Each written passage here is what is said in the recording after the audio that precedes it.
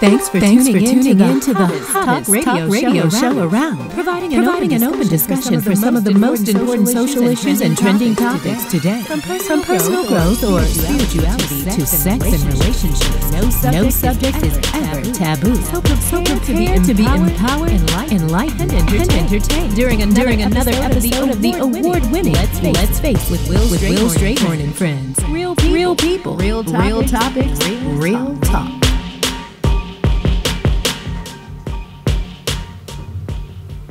Thanks for tuning in. Wednesday, November the 15th, 2017. I'm coming to you live and direct from the WODU studios on the campus of WODU University. I'm in the studio live with my boys. It's an all-male show again. I'm in the studio with Mr. Nate Whitfield. Welcome to the show, Nate. Hello. And we have Mr. LeVar Oliver. Now, this is a new name for me to be calling you, but this is your proper name. Welcome back to the show. You were on back a couple... That's his government name. Yes, exactly. And then we have our sound engineer, Mr. Kavan Robinson, who will be graduating next month. You excited? Yes, I'm excited. I'm excited to be here, too. Thank you. Nikki, she's not going to make it tonight. She's having some technical difficulties. Stop doing that. Did you see that? But glad to have you guys. How's your week been? This is, hump day, midweek? Check in, how's things going? It's been going really good. I'm still waiting on Jesus' return. Okay. I've been still doing that a lot. That keeps me pretty busy. Does that keep you busy? Okay. What about you, LeVar? I've just been very quiet. I'm just getting ready for Thanksgiving. You ready to eat? Are you cook? You cook? I saw on Facebook where you were like cooking something. Yeah, I try to do a little something every once in a while. So men in the family do all the cooking. Oh, really? So yeah, it's kind of like a tradition, like Thanksgiving ought to be. Okay. Do you have a large family? Not as much. Our family, because they all grew to have their own separate families now, so it's kind of broken down to smaller families now. But it's rare that we all get together. Okay. But when we do, it's very big. Okay. What's your favorite dish? For Thanksgiving, or just period? For Thanksgiving. For Thanksgiving, I make this little chicken and stuffing dish that I make. So I invite you. Please do. Nate, what about you? What are you doing for Thanksgiving?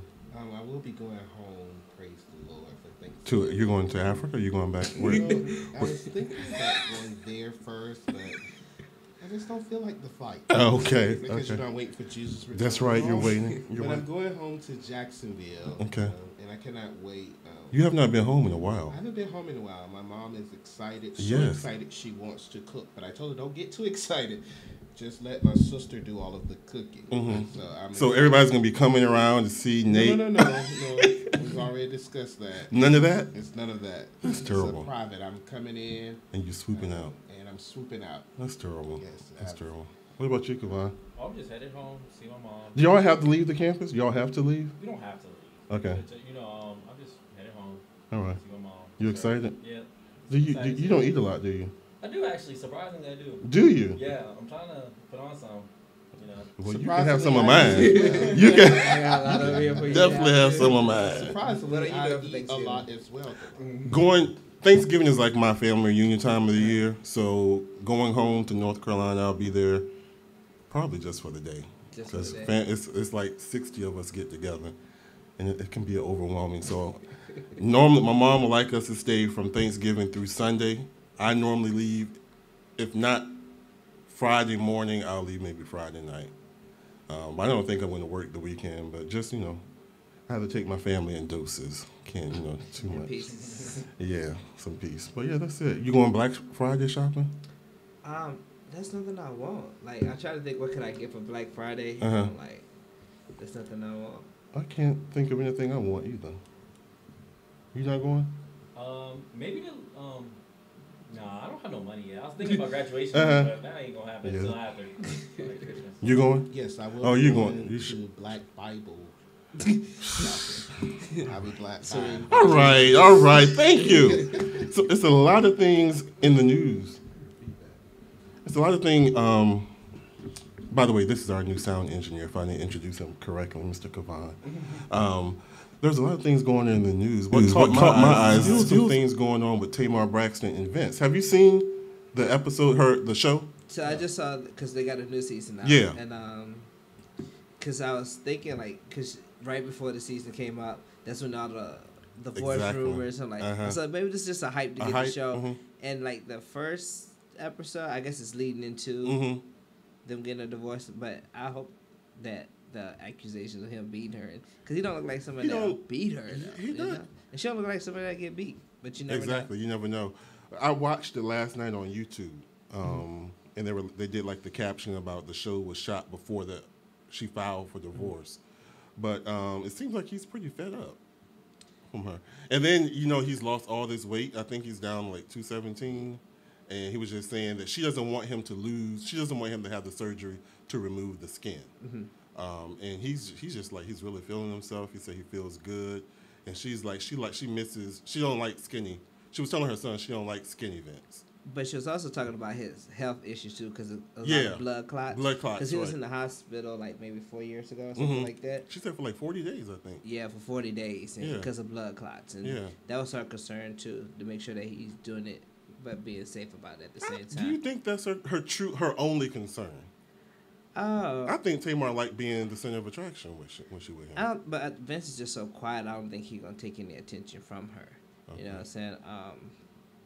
Tamar still got that over the top personality. No matter how Vince look, Tamar personality is gonna be over the top. The sad part about that situation is her sister's involved, and they having interviews, and I just think that's very really? That's very inappropriate. Like for family business, then you gonna have an interview about it. Like, I know they caught the mom. I think she was in the airport or something, and she was just like, she just wants him to keep his hands off her daughter before he hurts her or kills her. And I think that's kind of drastic, you know what I'm saying? Like, because they've been together for so long. Yeah, I think it was a month away from 9 years before she filed. But so what she was saying is that she hinted that infidelity and trust issues are playing a big part in her wanting to leave the marriage. So I wanted to ask you guys, and what do you think, or what have you experienced are some of the biggest problems in relationships? For her, she's saying infidelity and trust issues is what's... Well, I mean, that's what everybody goes through, infidelity. I mean, not infidelity. There shouldn't be... Excuse me, sure, I need the microphone. But you can really just keep it in the middle. There shouldn't be any infidelity in a relationship. But I think that when you come into relationships with those trust issues, this is crazy because I was just talking to someone on the other day about this. And I think trust issues do ruin a lot of relationships. But I'm not sure of the Tamar and Vince story because I don't follow either one of those characters because I'm not sure if they're waiting for Jesus' return. Well, Tamar is, her father was a minister. Okay. Yeah, but I don't mean she's waiting actively. But I do believe trust issues and communication are deal breakers for me, and I'm not too big on trust because everybody has a measure of trust. What is a measure of trust? Everybody receive a measure of trust. Isn't it in the Bible? No, that's your Bible. That's measure of faith. But I just feel that for me, I'm not really big on trust. Oh. I'm not, because I feel like if you trust somebody, if you trust yourself, and you have your own, then whatever they do is what they do. Okay? Here you go, Shorty. His name is LeVar. I mean, LeVar. LeVar. It's fine. You can call me Shorty. It's fine. It's funny because me and my friends was having this conversation last night, and like maybe like 7 years ago, I was talking to one. No, it was 4 years. Oh, you talking about something else? I have grown a lot since then. But somebody told me a long time ago that in order for a relationship to be strong, someone has to cheat. So in my mind, I'm like, no, that doesn't make sense. Da da da da da da. But if it's a one-time incident, it can break. Who? You're a Taurus. I'm a Virgo. Oh, okay. Go ahead. We won't have many more break. Okay. No, it's fine. That if it's a one-time event, it can actually wake up each person in that relationship because somehow somebody in the relationship, both parties got complacent. You know, and they didn't have the communication to speak to each other about what was going on in their relationship. And then you have to realize, like, let's say if I met Nate at year 1, and we in a relationship to year 5, Nate is a whole different person because we're growing at this person time. And if we don't keep the communication open or invest in each other's growth, then that could lead us to step outside, because now we experience something new with ourselves, and we might not be able to communicate that with our partner. So then sometimes you step out just to experience the new you. You think so? I don't know about that. You over here. What do you say about that? Oh, you gonna check? Okay, all right. But not any means am I saying cheating is acceptable. Exactly. Like, I've never cheated. You know what I'm saying? But I'm a good. In my mind, I think I'm a good communicator. He never cheated. He's never cheated. That's the sound with the. What? They're listening, then we understand. I've never cheated. Allegedly. You've never cheated? I've never cheated. Oh my God, that's so. But I haven't been in cheated that as many well. relationships either. Oh, you too, haven't? Because like the first 12 years of my career, I was always gone. Okay. So you know. Well, I never cheated either. Okay, so the next question we were going to talk about. What did you want to say? Did you have a remark? Oh no, I did not agree with that. The whole cheating. Uh-huh. I feel like it would be good without it. Cheating is just no go. No go. Yeah. Is it a deal breaker for you? The first time. Yeah. Really? But you have to Yeah. see- but it's let- hard for me. Yeah. But let's it's say hard. where you at in the relationship. Now let's say y'all together, you have a family, y'all have a house together and stuff like that. It's a lot of things that you can't just say, okay, this person cheated on me one time and then I'm just done, because that's just a lot to throw away. But if this person is a serial cheater, then I can understand that. Correct. Yes. Okay. That's all right. See, but when you have all those other things attached to it, Yeah. then I would then consider, maybe another time. We could try I'm something not else. big on cheating. Cheating don't faze me. I don't know why that wouldn't bother me if somebody cheated. If they cheat, So one would or it they're be an serial open cheater. relationship, or would you It just? would be an open relationship. It just wouldn't. Just don't let me find out. Also So you don't wanna discretion. know. Do what you do, but just don't let Just me don't- find out. It wouldn't bother me even if No, I ain't get somebody that. told me, I'm sleeping. I was like, oh well, good for you. God bless you. I'm actively waiting on Jesus to return. It don't bother me that. So cheating isn't a big deal for me, but I don't like to be lied to. But if So honesty is big for you. Honesty is big. so, And like nowadays, I'm out here because Shorty. I'm not sure if you, LeVar, you can call me Shorty. Shorty. I'm not sure if you know this or not, but I'm single, Oh, and I okay. am one of Hampton Road's most eligible bachelors. Bachelors. And I noticed that on this dating site, me and Will was just talking about. Wait. And Will just told me, I was maybe counseling on you, counseling you about some things, but and it's hard out here. These people out here are crazy. And I can't believe in 2014, what year we in? 2080, that people still catfishing folk. Yeah, I was watching that TV show the other day. Like, how? It's like, what kind of gall do you have to send me a picture of Tay Diggs and you come looking like Rasputin? I don't understand I am that. shocked at this information that I'm receiving. From May I you. ask Nate a question now? Sure, go ahead. Nate, so you say you don't like being lied to I don't like being because lying is a sign of betrayal, or you lose their trust, correct? Mm-hmm.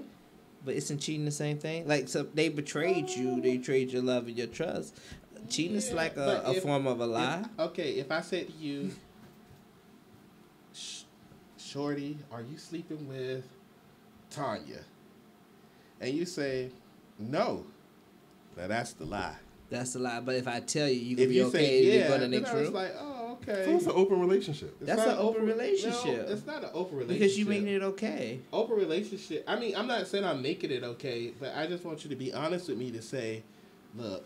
Or won't you say just be committed to me not to cheat?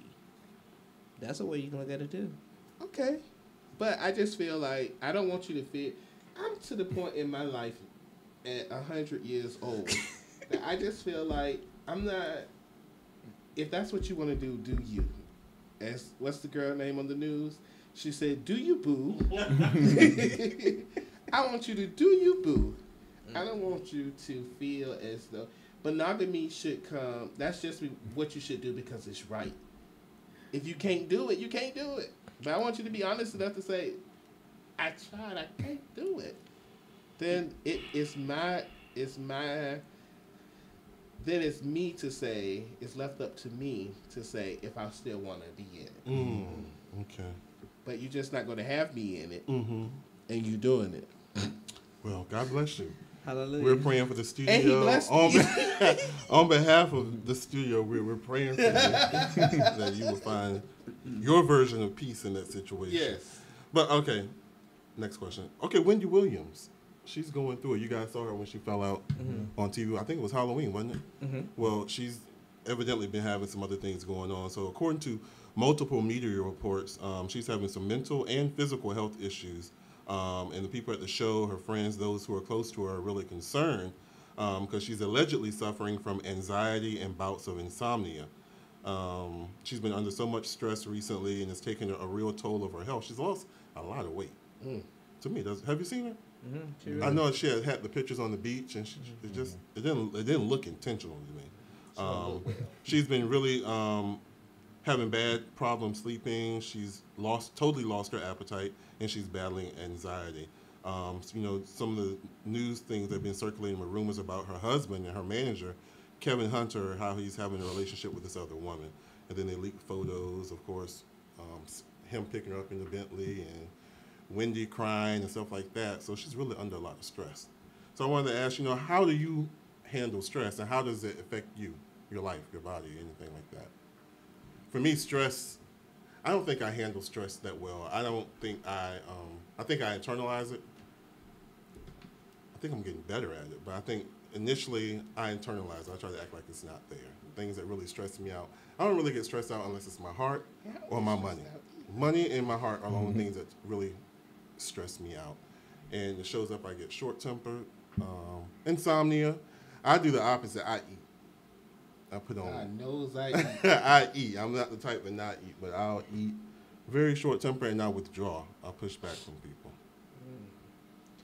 For me, I think I handle stress very well because I don't know if it's just the military. Yeah, I was going to say, is it the military problem? I don't know, because it's just like you have a problem, okay, these are your options to fix it, you know what I'm saying? And there's nothing that comes your way that you can't fix. Or you can't, it might not happen right in that 30 seconds, but if you come up with a plan, you can overcome a lot of stuff that comes in your way. I don't never recall being stressed. I do recall that about you. You always, and to me, I was just like, nothing phases him. He don't care about anything. I took it as your attitude was just, you had a nonchalant attitude. Because I don't allow stuff to overwhelm me. You just let to go the and let point God. where Let go and let God. let God. Did you hear that? Come on, Jesus. Well, what about you? Well, you're in school, I do stress graduate. out. I'm not gonna lie, I do stress out, but I'm trying to look for ways to help manage my stress. I'm still going through that phase, but because I do get stressed out a lot over a lot of external stuff that probably shouldn't be stressing me out at the end of the day. But like, I was stressed out late coming here to a point where I was really tense. Like you saw me earlier, I was shaking, and I just had to tell myself, conscious, there's nothing you can do about it. You're going to be late, and just get over it. I have to consciously tell myself things, little nuggets out here. I wouldn't say and that was people. stress. That's more anxiety because I No, was that's the same stress. way. That was stress. That was full stressed stress. out. Yeah, I was stressed out. I get anxiety when I want to do well. So whenever anything that I want to do well in, I'm going to be anxious about it.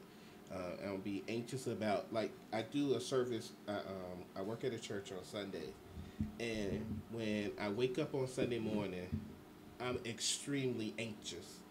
And I'm nervous throughout. I'm nervous until we have benediction. Throughout the whole service? I'm nervous throughout because I have to. Because you want to. I have to control every intricate part of the service until my crew tell me you did a good job. Then I feel better. Really?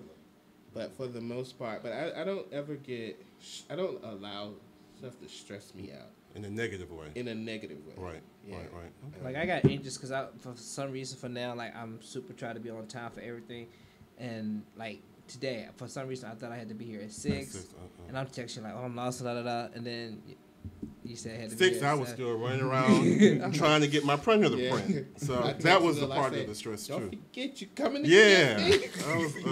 But you know what? If you're listening and if you have a comment to number 1 about Tamar Braxton and then about Wendy Williams and how you deal with stress, give us a call at 757-683-4405. I think those lines are working. I hope so. Yep, it should be. Are. All right. Our first guest will be calling in about 20 minutes, but I want to ask you a personal question.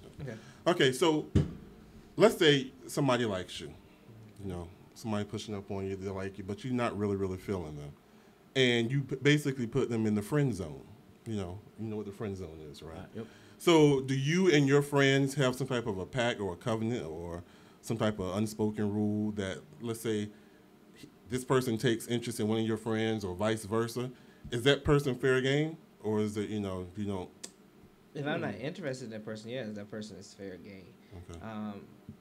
I have, like, me and my friends, we have what we call bro code. Bro code, okay. Like, you know what I'm saying? It's like, if there's somebody I've been dating and I'm interested in, we're no longer there, you don't go down that avenue. Okay. Now, if it's happened to be a jump off, which I don't have those anymore. You're just so perfect. I am a perfect gentleman. You should hang out. You find Jesus. Are you looking for Jesus? It's just like, if it's just a hookup, it is something that, like, sometimes when you actually have a hookup with somebody and then you realize, you know what, we just better off as friends, you know? And that's happened in life. You know, if you better fit for my friend, then that's good, because there was no real interest invested. There was no pouring of souls into anything. You know? So did you say that if you had dated somebody in the past, that's off limits? What if it's been years ago? Like, I don't care. Really? I don't care, because my thing is, like, how could you carry that person? Now I don't know what happened to my friends for them to break up with whoever they did. But let's say if we're going to a dinner and that person's there on my arm, you know what I'm saying? That's kind of awkward, you know what I'm saying? Even if the friend is already in another relationship and happy. Because in my thing, I'm thinking, like, so the whole time we was together, was you plotting on being with this person? The secrets that I told you about this person, are you collecting them yourself? You own to something. I don't know. What do you say? Number one, is it off limits, and then if it was an ex, would it be off limits to you? I don't think I would date any of my exes. First of all, let's just go there. But I don't think it would bother me if I saw one of my. It depends, and then it depends on who the friend is. If it was somebody that was really close to me, and like Shorty said, if we're sharing those secrets, then I still don't think it would bother me. I mean, I would be petty probably. But it is bothering. Right. I'd definitely be petty. Yeah, I started looking for my peppermint patties. I'll be petty. But I don't think it will bother me where I would break it up. Really? Yeah. And I can be petty. Very. And I will break some things up that I don't like. Yeah. It will bother you? Yeah, violation of bro code, like Shorty said. Yeah. Which way? I mean, in the friend zone or the one with your ex? With the ex. Okay. Yeah. So if you friend zone somebody, if your boy wanted to holler at her, that's cool. That's cool. I think somebody who's just quickly able to date somebody that you've been with didn't value your friendship. Yeah. Because they didn't value you as a person, as a friend. Because, like, sometimes you look at the situation, you be like, my friendship is way better than the mess that I'll put us through. So instead of messing up a wonderful friendship, I just rather, because that's always going to be somebody else. You know what I'm saying? True. So is that person worth... Go ahead, finish your thought. I was just going to say, is that person worth breaking up your friendship? But at the same thought, I would say that maybe somebody else could be a better fit for my ex, or if I was friends with somebody and they questioned my ex and I thought that they had the same interest, or I thought they would be a great couple, then I would suggest it, and I've done that. But is this a friend that you confided in? Yes, it's a friend I've confided in, and I would tell her. I said, well, you know what, y'all should get together. I think y'all would be a good couple. That's a big person of you. You're not really petty at all. Very. You're not a petty. Very. It'll come out. Yeah. Just when you least expect it, then you have to look and say, wait a minute. What's she been petty? So, are you going to attend the wedding when you get the wedding invite? I definitely will. And William, I am waiting. When I tell you that I am waiting For him to get married? I am waiting. Now, let me tell you. I'm going to be honest with you. I am William and I are very close, right? Mm-hmm. In and out. And but if I didn't approve, I would say it. He wouldn't listen either way it went. Because he's going to do what he want to do. But he going to do what he want to do, as he's always had. But that's another show, okay? But if I didn't, I would say it. And he know then that's when my petty boxing gloves come out. What are you saying? I don't get what you're saying. I'm waiting for an invitation because I'm going to pay for it. That's another show. That's another show. But anyway, what do you want to talk about? LeVar/Shorty. Another hot topic is, have y'all seen that new Nicki Minaj cover of Paper Magazine? I saw it today. Yep. Yeah, it came out today. It's called the Breaking the Internet photo today. So, did it break the internet? Look, what are your... The headline I saw was something about, is she coming for Lil' Kim or something like that. Did Lil' Kim have something similar to that? No. I don't know. That was the older they said for Lil' Kim. I think... have you seen like with the pink background and with her? She's on her leg. She's between, and then it's like the three images of her on. Right. Yeah. So I was watching some interview where they were talking about if she's a good role model for little girls. No, absolutely not. And the thing is, the other, because E was talking about this because E was one of my favorite rappers. Mm-hmm. She said, you might not, when you in a celebrity status, might not want to be a role model, but when you become in a certain position, you automatically become a role model. Mm-hmm. Like, I feel like if because she says she's the queen, you don't do that because now you look like a video vixen. You don't look like no queen. Mm-hmm. You look like. But I think Nicki, for lack of better words, feels like she's fighting for her life because she's got Cardi B who's come on the scene, and then she's got Remy Ma who's making her big comeback, and everybody's trying to compare everybody to Nicki and talking about who's better. So I think she's just because Nicki, she's really evolved from the time when she was pink hair Nicki and with all those crazy. What's the white chick name? Lady Gaga. She gave me that Lady Gaga effect. Yeah, and now she's like more polished looking at least. And now I think she's taking a step backwards because she feels like she needs to compete with the Cardi B's and all that kind of stuff. So I don't know. It's definitely she's doing to keep relevant, but the thing is she's a brand in her own.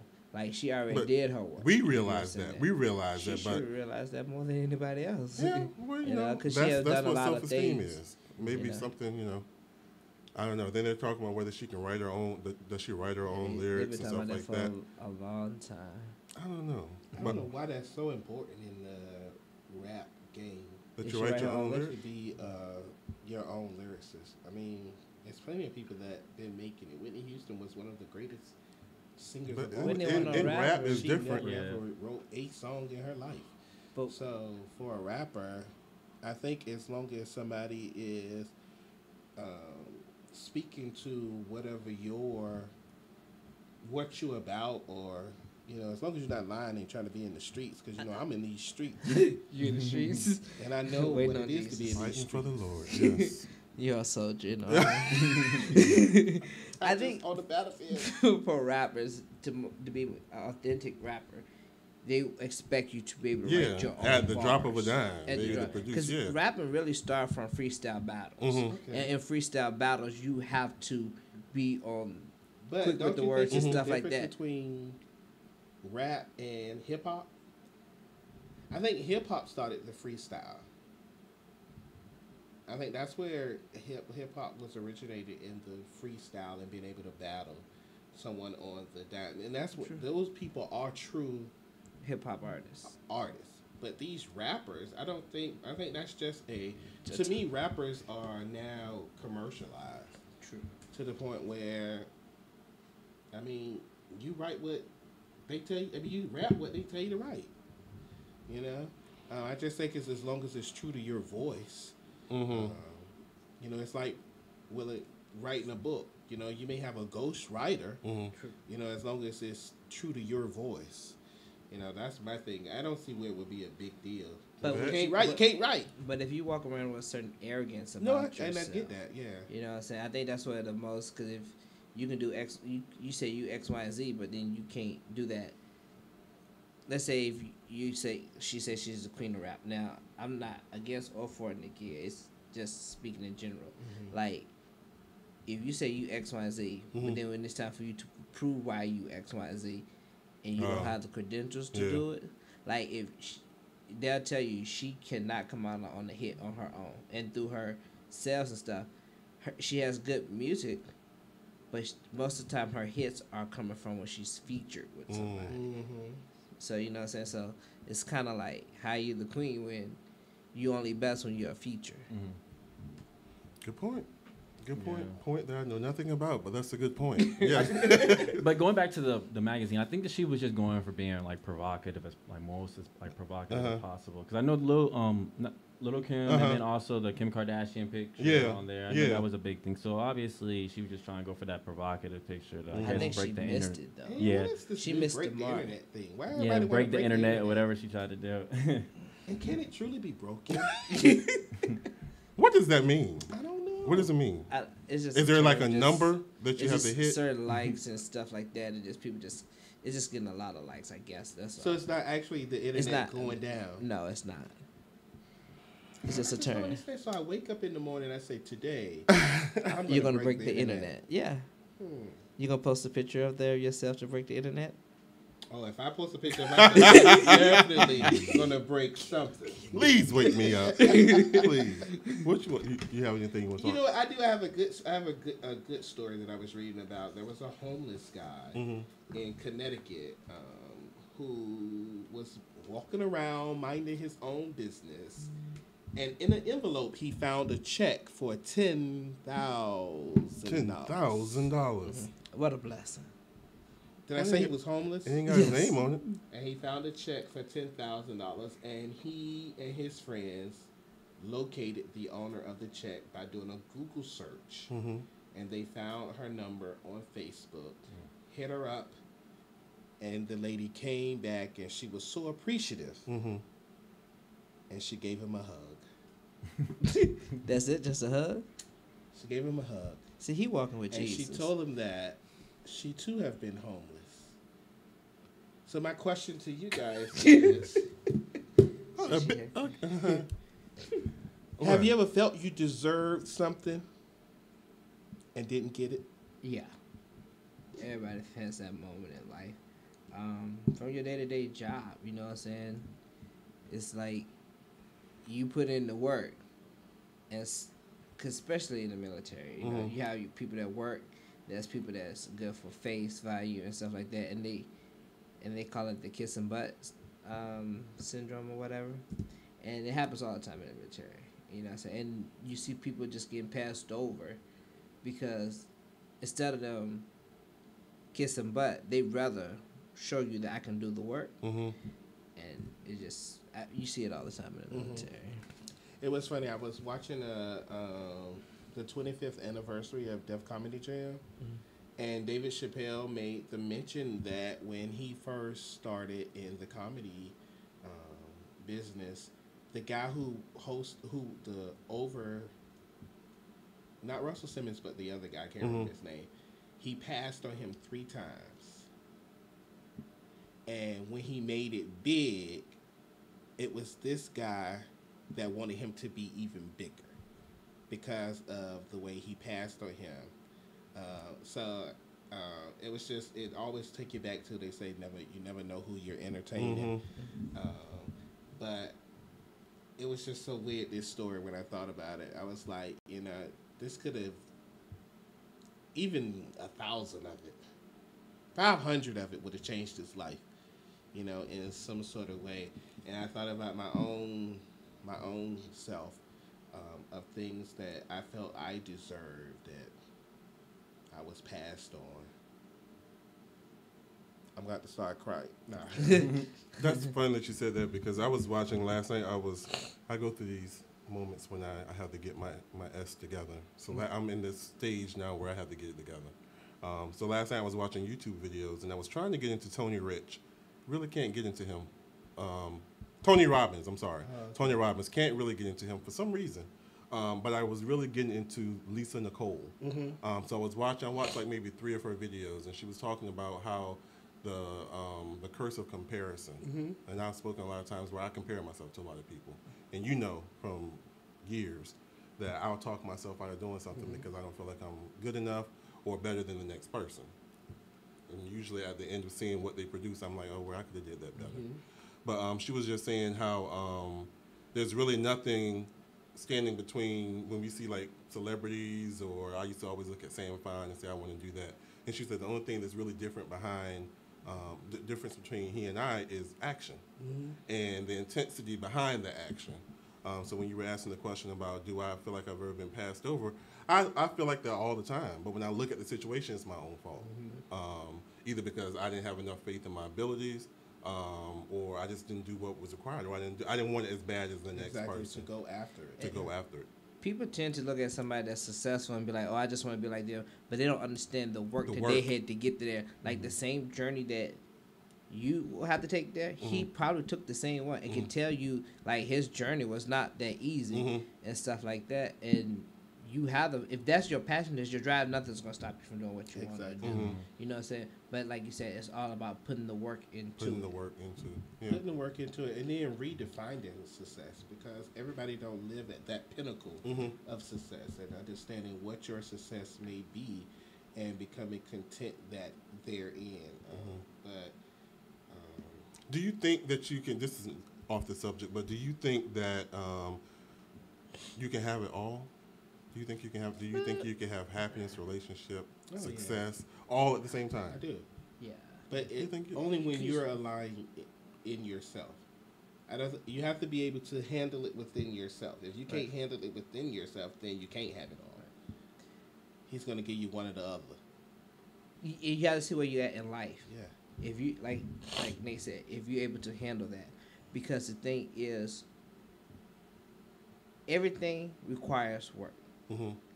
You have to understand how you can divide your time equally and give each separate parts of you, but all of you at the same time. You know what I'm saying? When it's time for work, it's time for work. When it's time for love, it's time for love.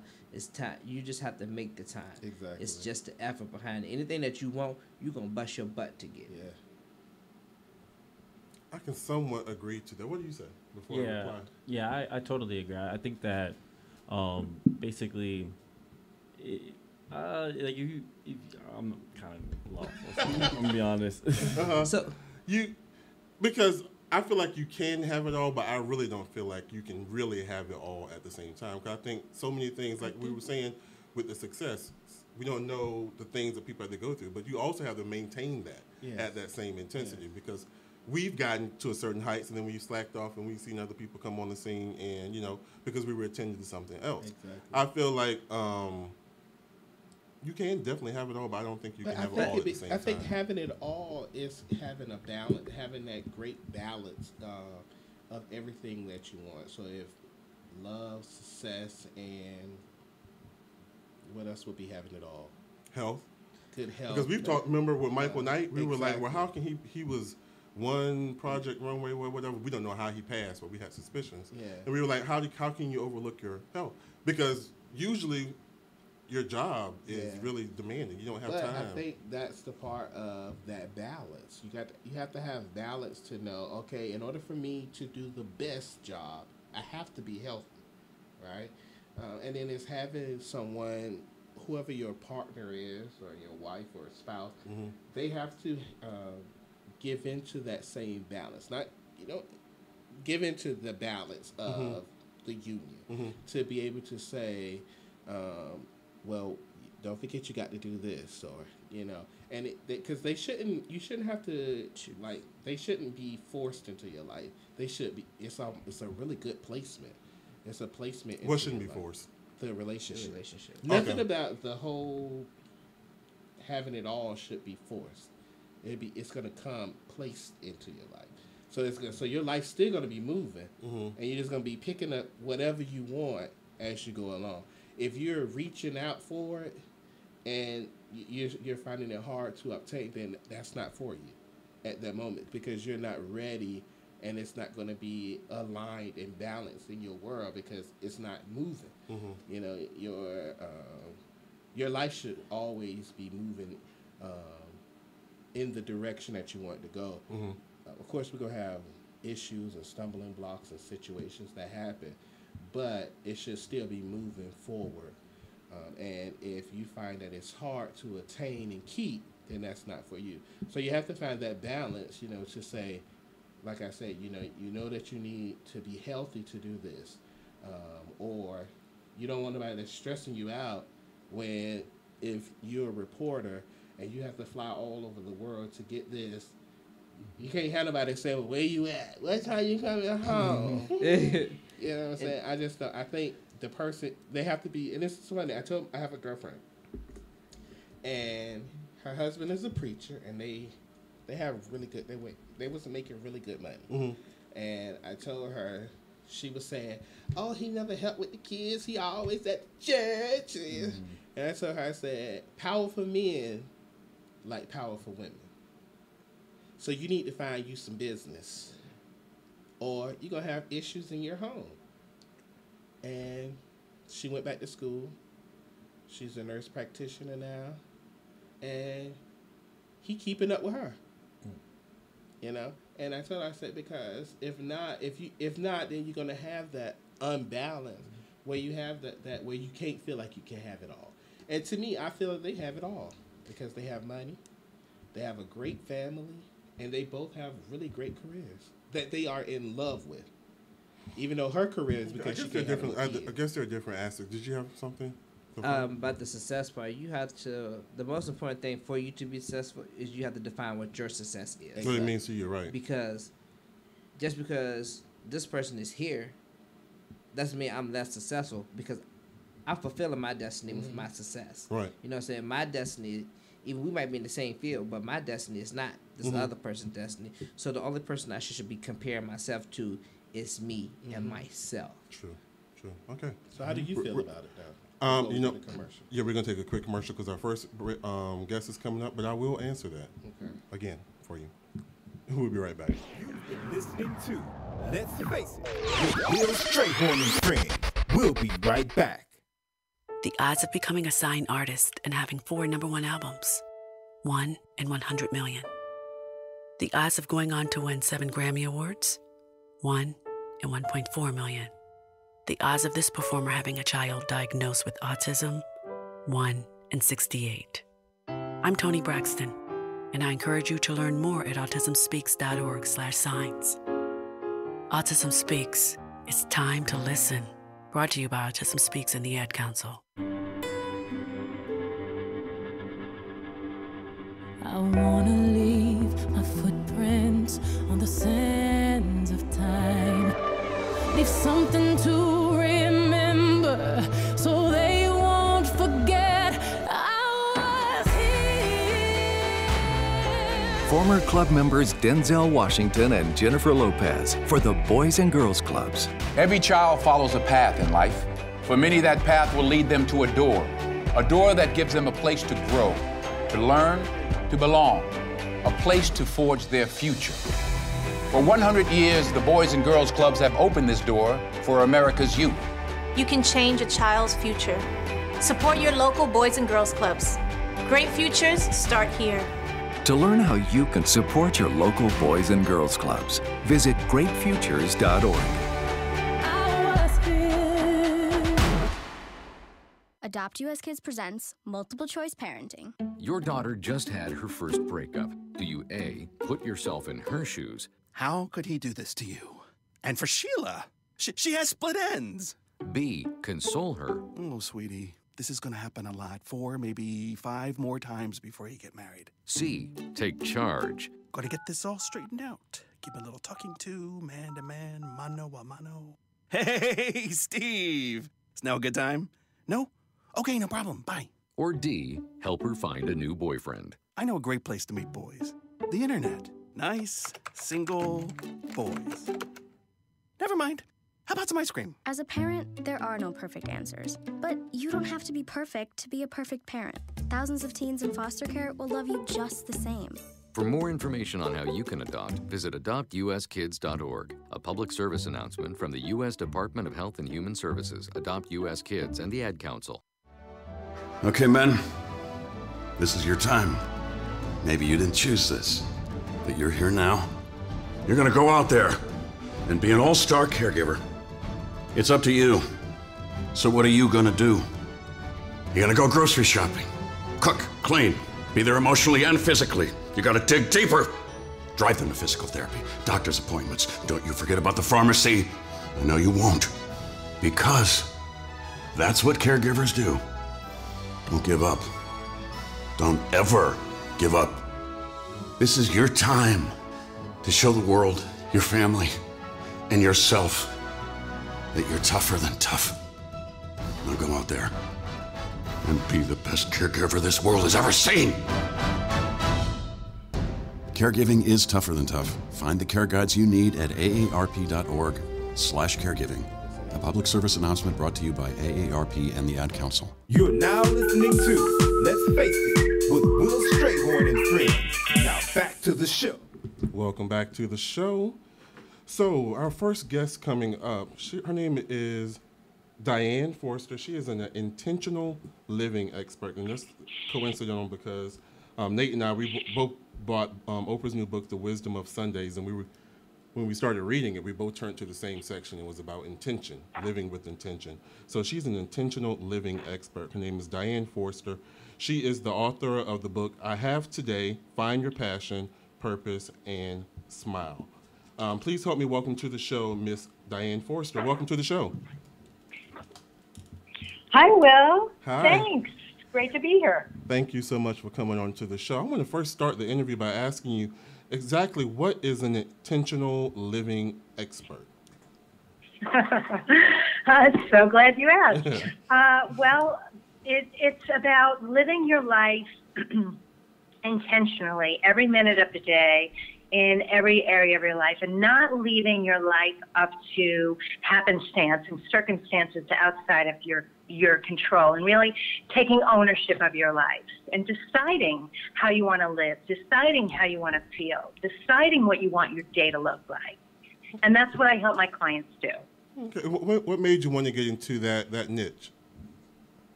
Well, it was a journey of my own story of living a life where I had many things that were right in my life, but a fundamental thing that was wrong. And I lived in a very unhealthy, unhappy marriage and relationship for many, many years, in a relationship for over 20 years. And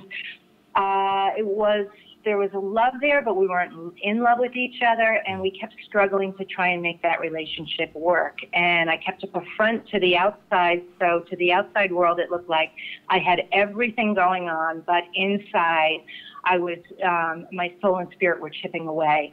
And I kept up that front until one day I couldn't take it any longer, and I attempted to take my life in June of 2011. And and it wasn't anything that I had thought about before, but in that moment I just couldn't take the pain and the loneliness anymore. And so I was in my bathroom, I had locked the door, I had 2 full bottles of pills in my hand, and I was ready to end my life, and a force greater than me knocked them out of my hand. And I heard the voice say, "You are not ending your life this way, Diane. You need to go get help because you need to tell your story so that you can help others." And it was a pivotal, life-changing moment for me that catapulted me out of that darkness and set me on a quest and a path of self-discovery and personal development. And what happened was I had made a decision that I needed to own my part in that, and that it was my life and I was the one responsible for it. But how did I really want to live? And I decided I wanted to live an extraordinary life. And so it was in that moment and in that decision that I started I Have Today, and wanted to create this company that was about empowerment and identifying true self-worth and really living each moment intentionally. So awesome that story. is the backstory. Awesome. Yes. So, Miss Diane, how you doing? My name is LeVar. So when you first started on Lamar? this journey, what were some of the obstacles that you have to face once you decided that this is my purpose, this is my goal, I want to teach others? So what were your major obstacles to get started? Well, the obstacles are you've got to know that not everybody is going to be on the same page with you. Not everyone is going to agree with you. It seems like you're being selfish, which you are, but I call it being selfish in a really good way. And some people don't like that. And the obstacles, one of the biggest obstacles is finding out who stands by you and who can't, and being able to release relationships that no longer serve you in your life so that you can move the energy and open up the capacity to invite better, richer relationships, more in alignment with who you are, people who believe in you, people who trust in you, and people who want to stand by you and empower you to do what you're doing.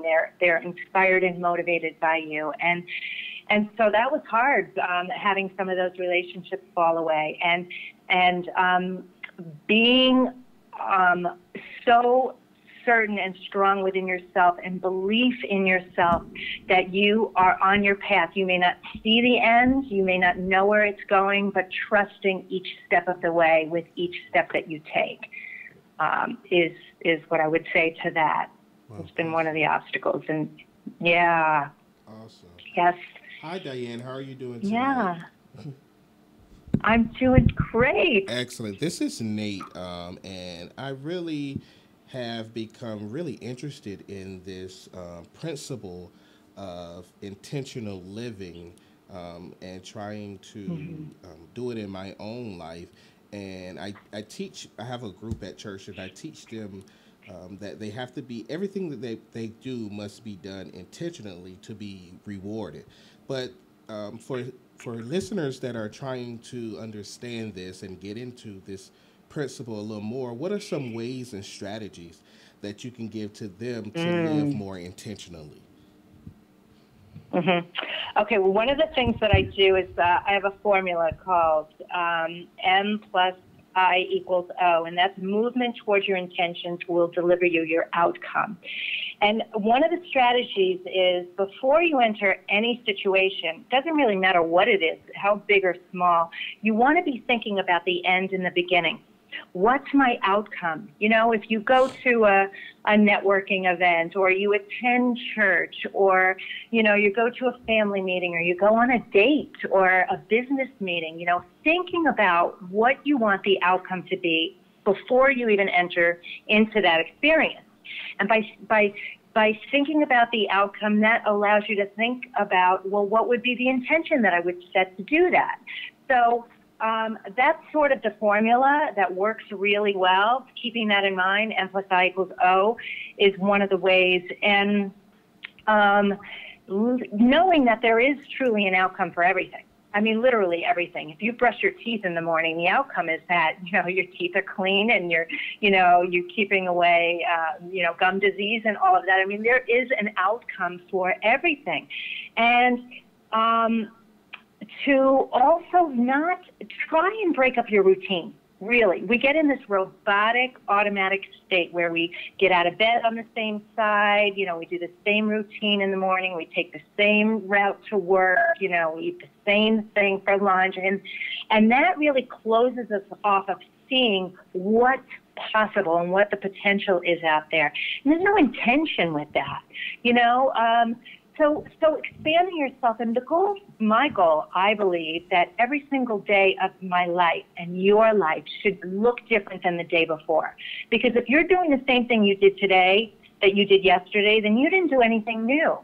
And when we don't feed ourselves, we become stagnant and start dying. It's what we feed that grows. And even just making subtle shifts, but living it with intention that you want it to be as extraordinary as it possibly can be. All the little miracles as well as the big miracles. So that's what I would encourage you to say to them.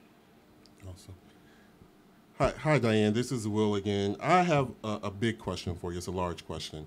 So I was telling them earlier that I was following a life coach on YouTube last night, watching a lot of her videos, and just really trying to grasp her concept behind pretty much the law of attraction, the secret. You know, people have different names for it. But I'm in grad school now. My concentration is in life coaching, and I want to be able to get a good grasp on how to explain to people how to manifest greater things into their life. What is your suggestion on how people can manifest things into their life? So what I teach with Mike, I'm a coach and mentor as well, and what I focus on is mindset, emotions, and language in that order. It's what's going on in our head and in our mind that's creating the way we're feeling, which is then in turn creating the way we're speaking and communicating. And we get and attract into our lives everything we talk about and think about, whether we want it or not. So, for instance, and a lot of the manifestation is based on your language. So if you're in a situation where you're feeling like you're in debt and you just can't seem to get out of debt, if you're saying, you know, I can't wait to get out of debt, or I wish I was out of debt, what the universe is hearing is debt. Because it's literal. It's the only word the universe really understands is the word yes. So if you say, I want a more abundant life, I'd like to attract money into my life more easily and effortlessly, you know, I'm a magnet for fantastic relationships and partnerships, you know, it's a subtle shift, but it's a powerful shift. So manifestation is coming from the way you're communicating, and you've got to be really careful about the words you're using and the thoughts you're thinking. Okay. I'm Diane. Does that help? Yeah, it does. It does. It does. This is LeVar again. So one thing that you said to me that really touched me is called when you realign yourself and then align people around you. Like, because I was talking to one of my friends, Mark Coley. He's a motivational speaker in Atlanta, and he does motivational speaking. When you started off, is there somebody that you looked up to that helped you get to where you at, or do you align yourself up with other motivation? Do you align yourself up with other motivational speakers to help you grow? Absolutely. I had so many teachers along the way. When I immersed myself into that personal development, they were, Deepak Chopra, Wayne Dyer, Bob Proctor, Louise Hay, Marianne Williamson, Oprah, Peggy Ramito, Debbie Ford, Christiana Northrup. I mean, the list goes on and on and on. And what I did with my work is I studied these people and I studied their processes, and I extrapolated and took what worked for me and made my own processes by all these fantastic teachers and leaders. You know, I didn't even mention Tony Robbins. Of course, Tony Robbins, Les Brown, Zig Ziglar. I'm telling you, the list goes on and on and on of them. And I still continue to do this work, by the way. Every single day I work on my mindset. I pray, I meditate, I journal, and I listen to something motivational every single day, because it's a muscle, and you've got to work that muscle constantly. Exactly. So I hope that helps. Yeah.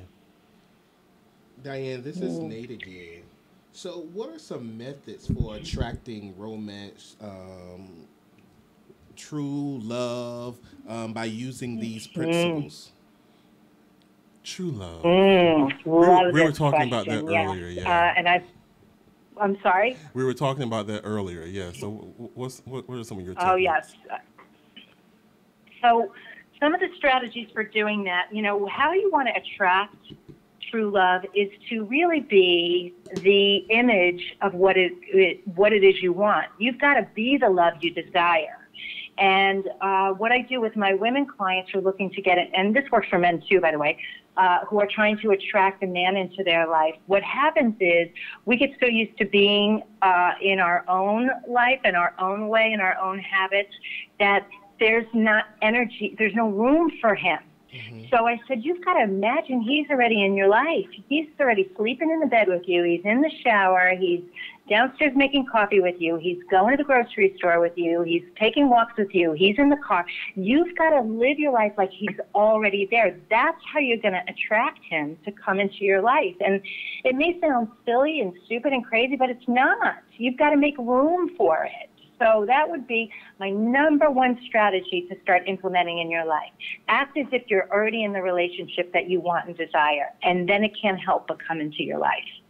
So, Diane, I want to ask a backup question, just to go back to not so much the principle of intention, but to develop this mindset to open up to these new things and this new way of thinking. How would one begin to change their mindset and how they were thinking to open up to this new way of intention? Well, one of the ways is take a look at your life. Take out a pad, a paper, and a pen, and write this down. By the way, I host a live weekly webinar called Love It, Think It, Bring It, and I teach a lot of these strategies on there, and it's free. But one of the things you want to do is you want to take a look at your life. And of course, you could do the Wheel of Life if you're familiar with that, or just write them down. You know, your health, love, your relationship with money, your family, your career, financial situation, community, spirituality. Write down those 7 key areas of your life and what's working and what's not working in 2 columns that you would consider working and not working in your life. And by doing that, that's going to give you a blueprint of how you're feeling and what you're resonating with in your life. And so that process will help you see where the gaps are, and then you can look at that and say, well, how do I feel about that? How am I communicating about that? What's my belief or limiting belief about that? And then turn that around and write the opposite. And start thinking of it in terms that way. You know, well, what would that look like? What would that feel like? What is it that I really want? Because here's what happens with people. A lot of people know what they don't want. They don't really know what they do want. Does that make sense? Yes. Did I answer that question for you? Yes. Good. So this is Will again. So in your book, I have today, Find Your Passion, Purpose, and Smile. Finally.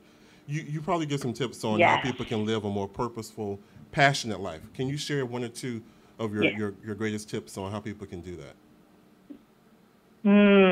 Well, one of them, there's 40 different topics in this book, and they're all just nuggets, bite-sized, useful little tools and references. And one of them is to really I do a lot on being selfish in a good way, and to find your sanctuary. Find a place that's yours, and that will help you whether you meditate or not. I am a big believer in meditation. Meditation transformed my life. I highly encourage people who don't meditate to at least try.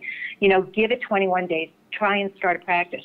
But finding a sanctuary, whether it's a spot in your home or your yard or at a park or the beach or wherever, that is a place where you can just go and really think and meditate and daydream. That is such productive use of time. It's not wasted time.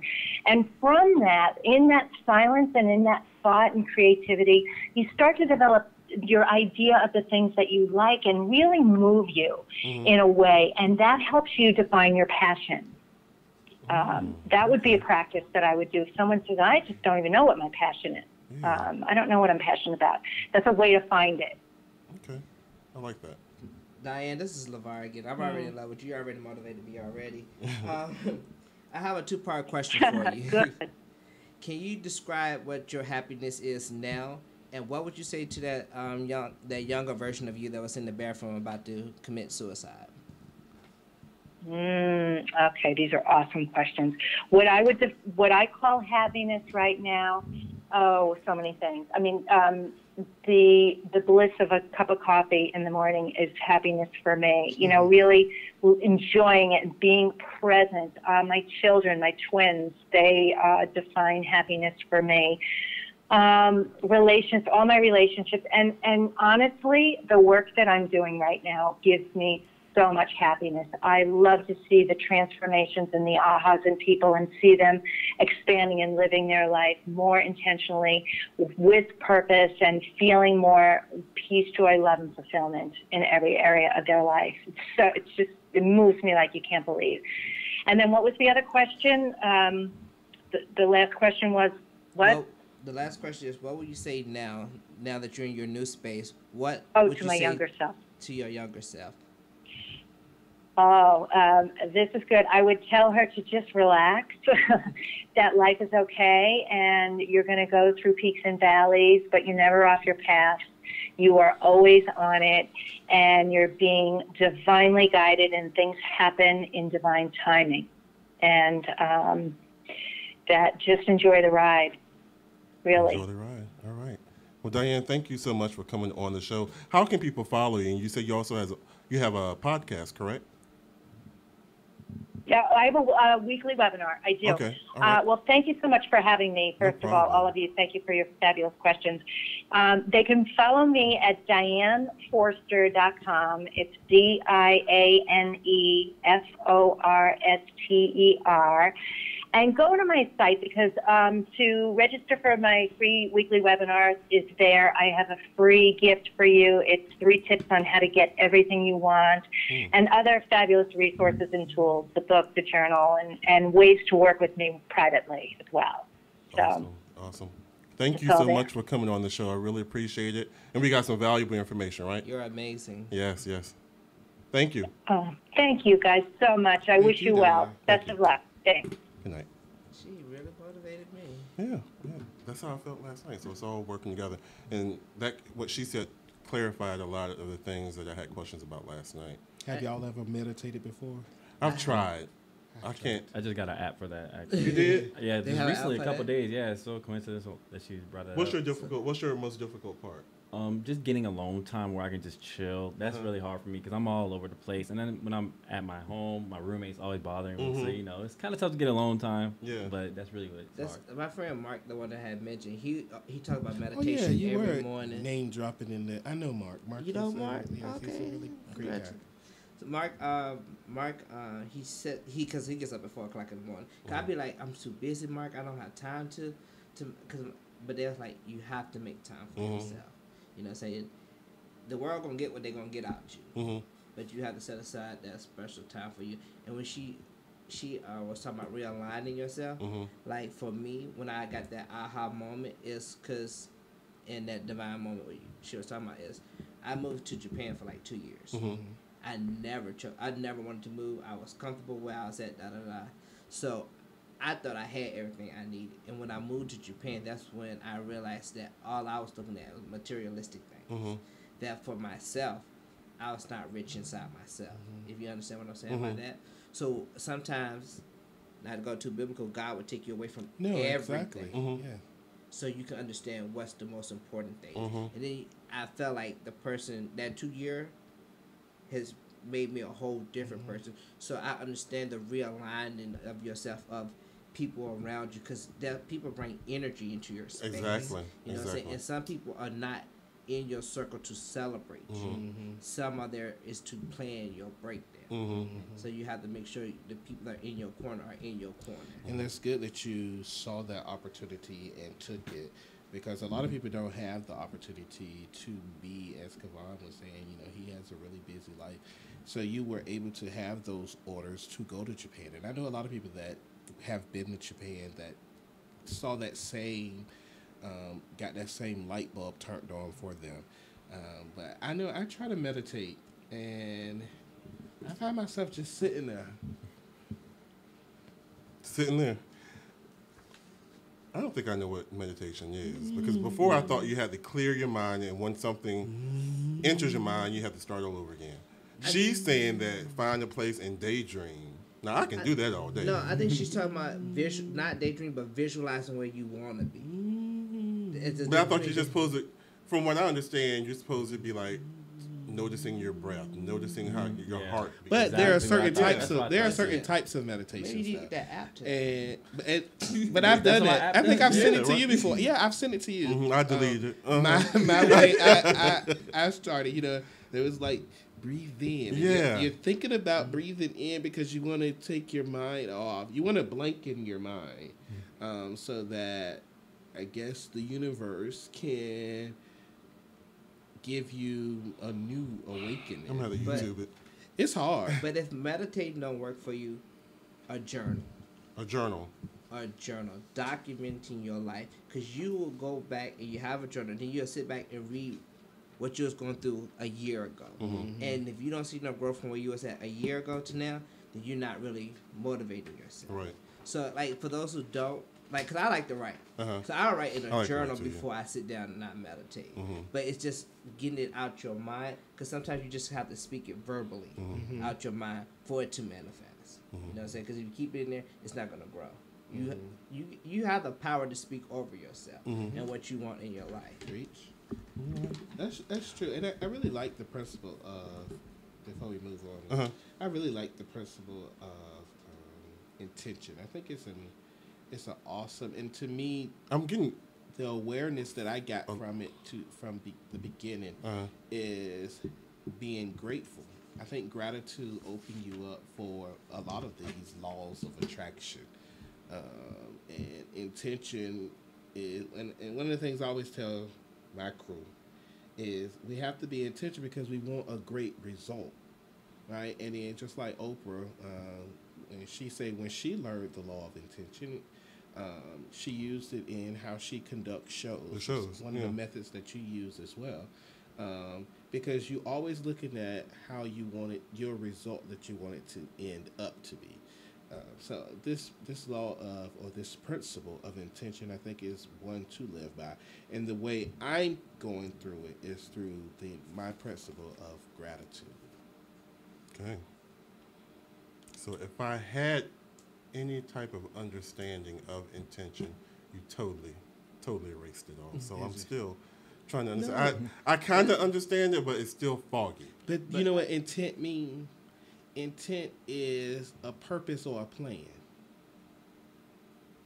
A purpose or a plan. It's a purpose or a plan. So to use the principle of intention is what's the purpose?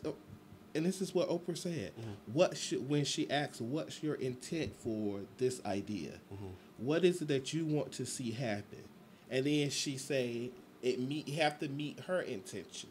What is it that I see from my show, right? So if someone bring you, it's one of the things that I'm really big on when it comes to you, is when someone brings you something or an idea, instead of you running with it, you have to say, well, how does this meet where I'm trying to go in life as well?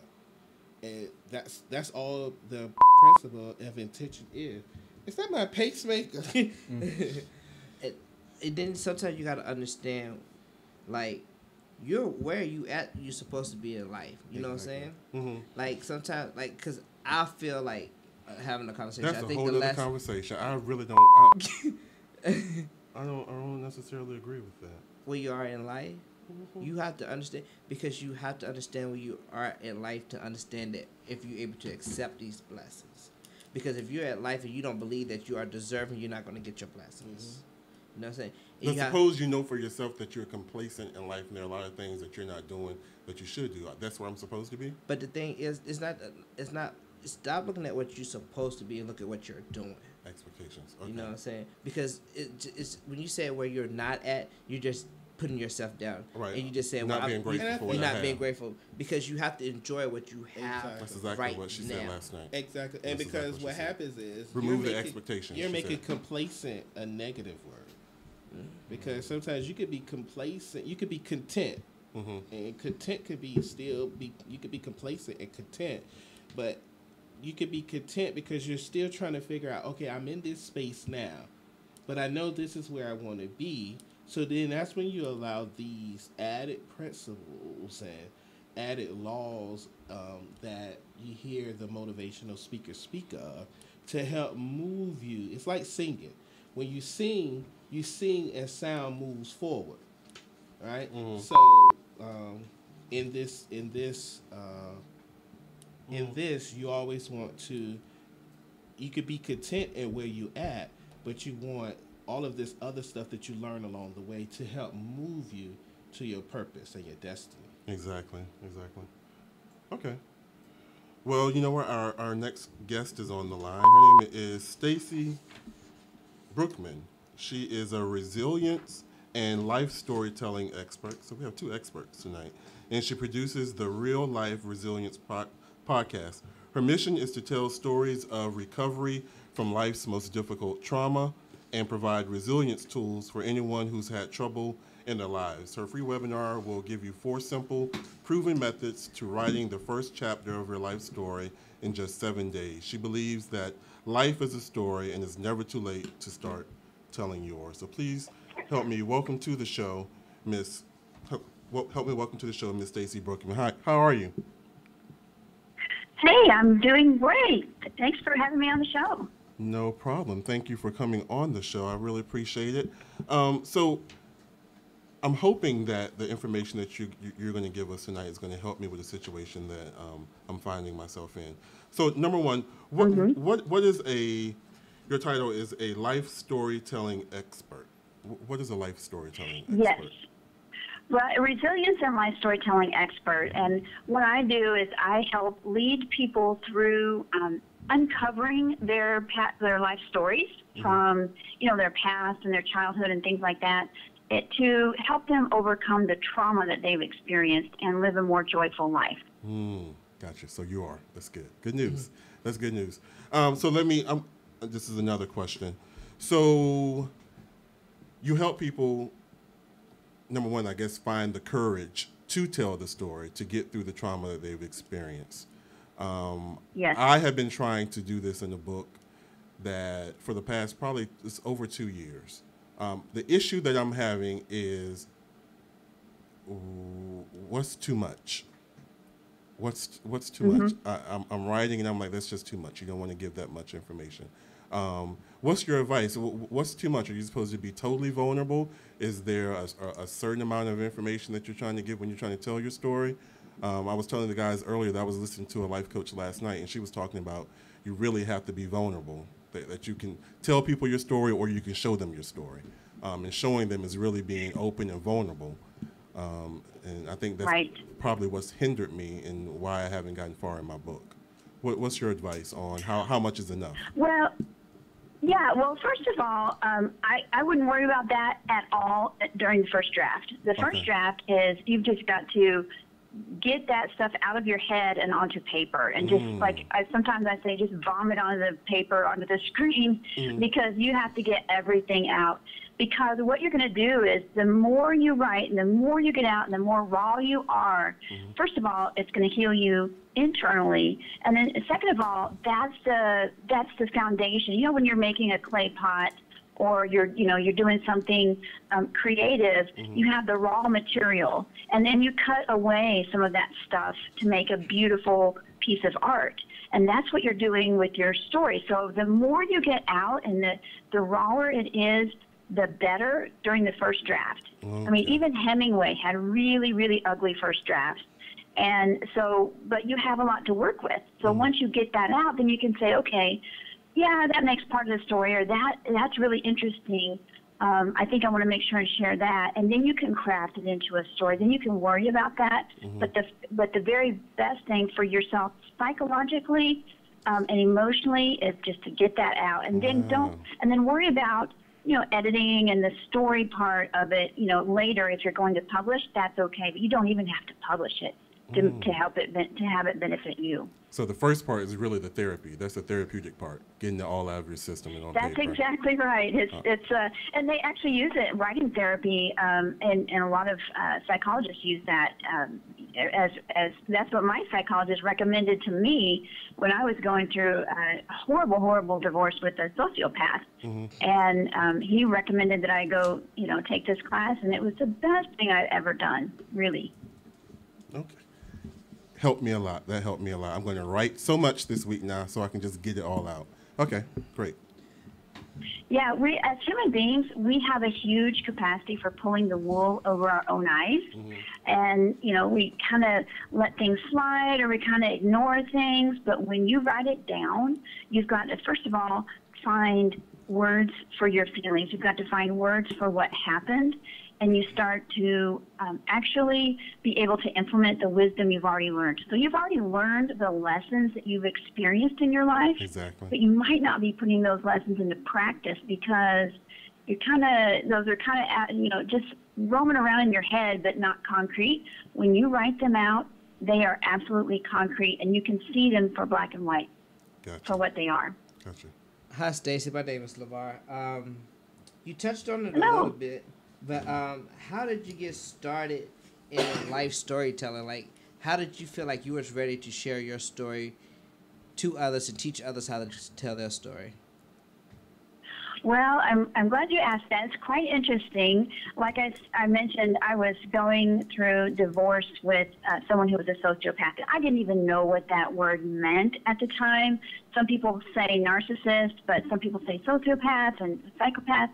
I didn't know. I thought he was just a really bad person. Or, you know, when I first started dating him, I thought he was just quirky. You know?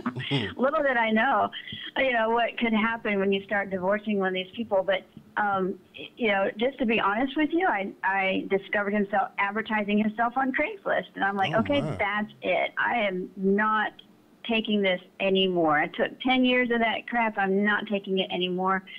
And then I realized just how dangerous sociopaths are. I mean, extremely dangerous. Cutting the wires in my home with me and my kids of our heater in the middle of winter in New York. Wow. And then calling Child Protective Services. I mean, just really horrible things.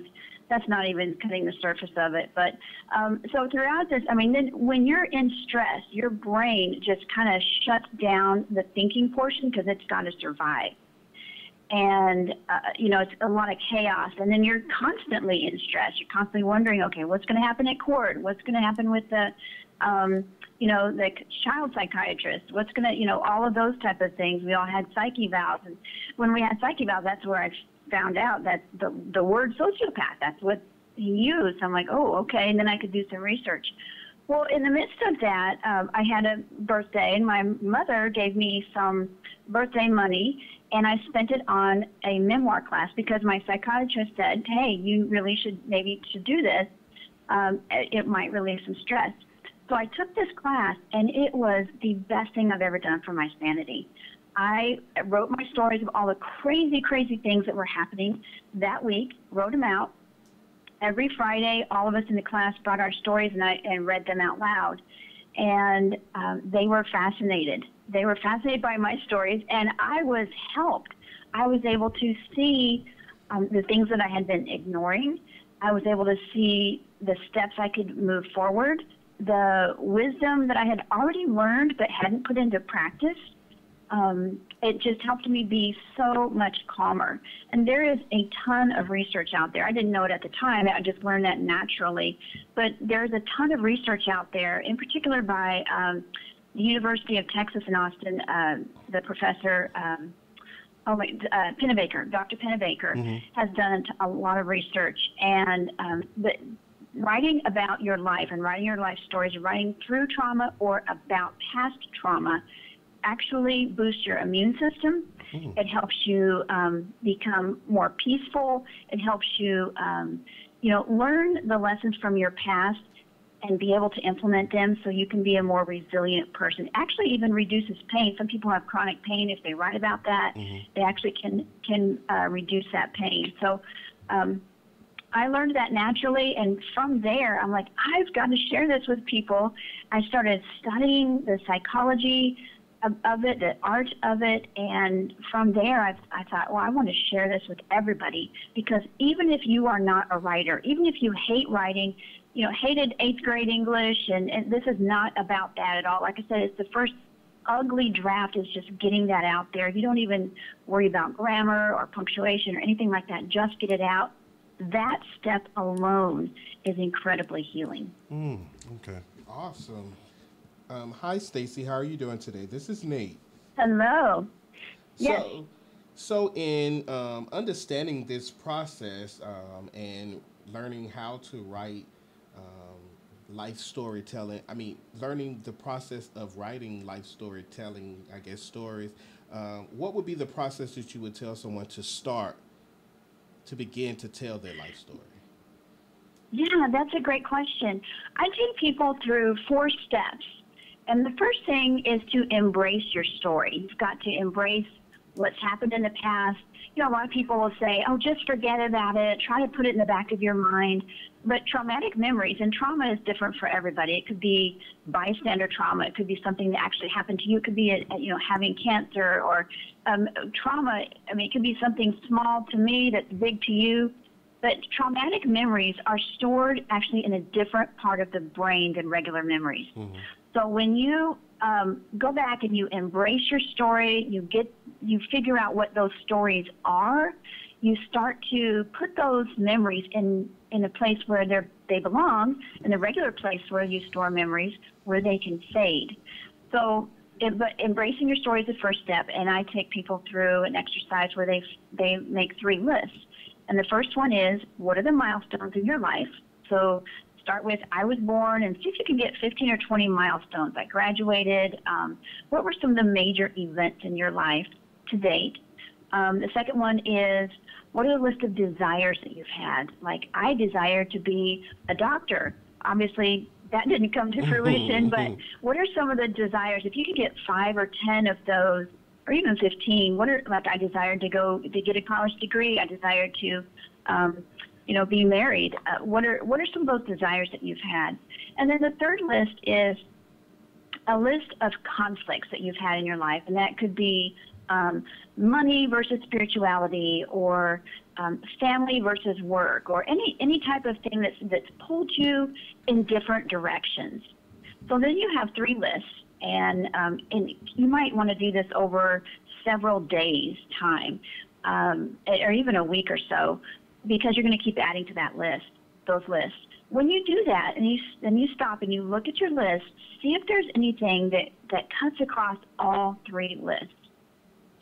And what I saw in mine when I did this exercise, when I was going through the memoir class, I realized I did not raise my hand, not through kindergarten, not grade school, high school, young adult, nothing. I didn't stand up for myself. I didn't raise my hand. And that was my life theme. And so that's the step I take people through, is finding their life theme. And if you don't like your life theme, then you can change it, but you have to recognize it first. So that's embracing your story. Mm-hmm. And so that's what I did. I don't like not standing up for myself, and that's how I got myself married to a sociopath. So, you know, I'm going to change it. And so I did. So the next step is enable your story, and that's where you take those milestones and you really flesh those out. So you say, okay, what moment in time represents, just take one milestone that is the most significant. You know, it might be across all 3 lists. And you say, okay, what were those details? What did I smell? What did I hear? What did I taste? What did I touch? So use the senses and start writing some things down. And then after that, you start free writing. That's when, like I said, you do not worry about punctuation. You set a timer and you start writing. And you don't lift your pencil off the paper, or you don't lift your hands off the keyboard. You continue writing no matter what, even if you have to say, I don't know what I'm writing. You know, I don't know what to write, because your brain provide junk for too long. Pretty soon you're going to get to the really golden nuggets. And that's, like I said, vomiting down on the page, because there's a lot of junk in there in your mind, and you've got to get it out. And after that, I'm on number 2. That was enable your story. Then you enhance your story. That's where you can craft it into a beautiful story that makes some meaning, and I help people through that. And finally, elevate your story. I really encourage people to elevate their story by sharing it with other people. You don't have to write a book. You don't have to publish something. You can do it through social media. You can do it in a short story or a series of short stories. You can, write an article or a personal essay, or you can just keep it for yourself. But I really encourage people to elevate their story in that way, and here's why. Think about somebody who is just going through what you've gone through in your life, your traumatic event in your life, and pretty much all of us have had trauma of some sort. What about somebody who is just about to go through that trauma? Wouldn't you like to help them? Wouldn't you like to help them have an easier time than you did, or learn the lessons that you had much earlier? So that's kind of like paying it, reaching back and helping somebody and pulling them forward by using your wisdom. And so even though you don't have to do that, I really encourage that. So those are the 4 steps: embrace, enable, enhance, and elevate. I teach that I have a free webinar every month at stacybrookman.com/webinar, and I teach all 4 of those steps. And it's just wonderful. It's really transforming for people who go through that. Awesome. So when it comes to resiliency, what's the correlation between you helping someone write and them becoming more resilient in the process? Yes, I love that question because anybody can learn to be resilient. You're not necessarily born resilient at all. So what you do when you write is like I mentioned, you start learning those lessons. I don't know if you've ever, made the same mistake twice or 3 times. I was married twice to the wrong people, and I was making mistakes again and again that I really shouldn't have. I should have learned my lesson the first time. So what writing does, and I think I mentioned this before, as human beings, we have a huge capacity for pulling the wool over our own eyes. We let things slide. We kind of ignore them, put them in the back of our mind. We just don't recognize them. And these things fly under the radar. Mm-hmm. And when you write, you start to learn, oh my gosh, that's what really happened. And you become a wiser person, wiser in the ways of, I can be more resilient. I can be more authentically me. And you start to look at find your beautiful qualities that you have that are unique to you. And that's how you can become more resilient. You learn your lessons, you recognize those lessons, and then you use them to have a more resilient and a more joy-filled life in the future. Gotcha. So how can people, you're located where? In New York? I'm in Phoenix, actually. I moved from there. Actually, the judge allowed me to move with my kids, which is extremely rare because they ultimately saw through the sociopath. But, now I'm living in Phoenix, Arizona. Oh, okay. All right, so how can people follow you, or perhaps people who are near your area, if they want to get in contact with you for further coaching? How can people follow you on the internet and get in contact with you? Yeah, absolutely. It's at stacybrookman.com, STACY. And right there, I have a podcast called Real Life Resilience. So you can follow that if you want to be a more resilient person. Yes. And again, the webinar, but I teach people all over the United States, so not necessarily just in Phoenix, because it goes all over, all over the internet. So it's fun. Well, awesome. Thank you so much for coming on the show and helping me. I can't wait to get home to start writing. I'm going to start tonight. Get back to it. Yeah. Just right. Well, let me know how it goes. I appreciate you having me on. I will. Thank you so much and have a good evening. Thank you. You too. Bye-bye. That's good. Okay. So I didn't even think about the first draft just to write. Because in my first draft, I have my thesaurus out. I'm trying to figure out how to structure the sentences. I'm like, this is just taking forever. You have to understand your job is to tell the story. Somebody else is going to arrange it. Your job is just and being with somebody who has written a book, you would think they would have told you that. I've told you that several times. Your first thing is, especially you never told. When you tell me that, William? Oh my God, we talked about your problem, and I've told you what your problem is. You just don't want to write. I do. I do. You want to research. You like research. I love research. You like to research, and you like to research is important. Research is important. But it's not important. If that's all you're gonna do. But the thing is, because I want a bestseller. But that's not how you get a bestseller. That's not your goal. The bestseller is first of all telling your testimony. Totally transparent. It is. I think your goal should be telling your story. Exactly. You know what I'm saying? Because you're gonna get more out. You'll get more out if you're looking at it for, let's say, the money value. Not the money value. But the bestseller. Your goal is to tell your story. To be in the bestseller, you don't have to be. But the thing is to tell your story. To tell my story, and then that's the next thing. But that's because my story is so. But that's the purpose of writing too much. Right. That's why you overwrite. So that you have things to pick from. Yes. And the thing is, it's so funny because one of my classes that I'm taking is humanities, and what you learn from storytelling is actually using your gift, not a gift, but using psychological philosophy as well as the art of conversation, right? So in telling your story, I like that she said there's not a such thing as too much. You want to tell it all. How you remember it, that's how you tell it. And then you allow your psychological, philosophical verbiage is what say, okay, now what's damaging? And then you reword it creatively, differently. Like you said, you can hire people to help you when it comes to that process, right? Exactly. Yeah. So my job is just to tell my story. Just tell your story. And I was thinking, you can set it up, flow and paste and all of that. That helps me so much. I can write now, but it's just telling the story in the sequence that you want to tell. Yeah. And then you can also take notes. Like, you can be in the middle of the day and think of something. Take notes. Put all your notes together.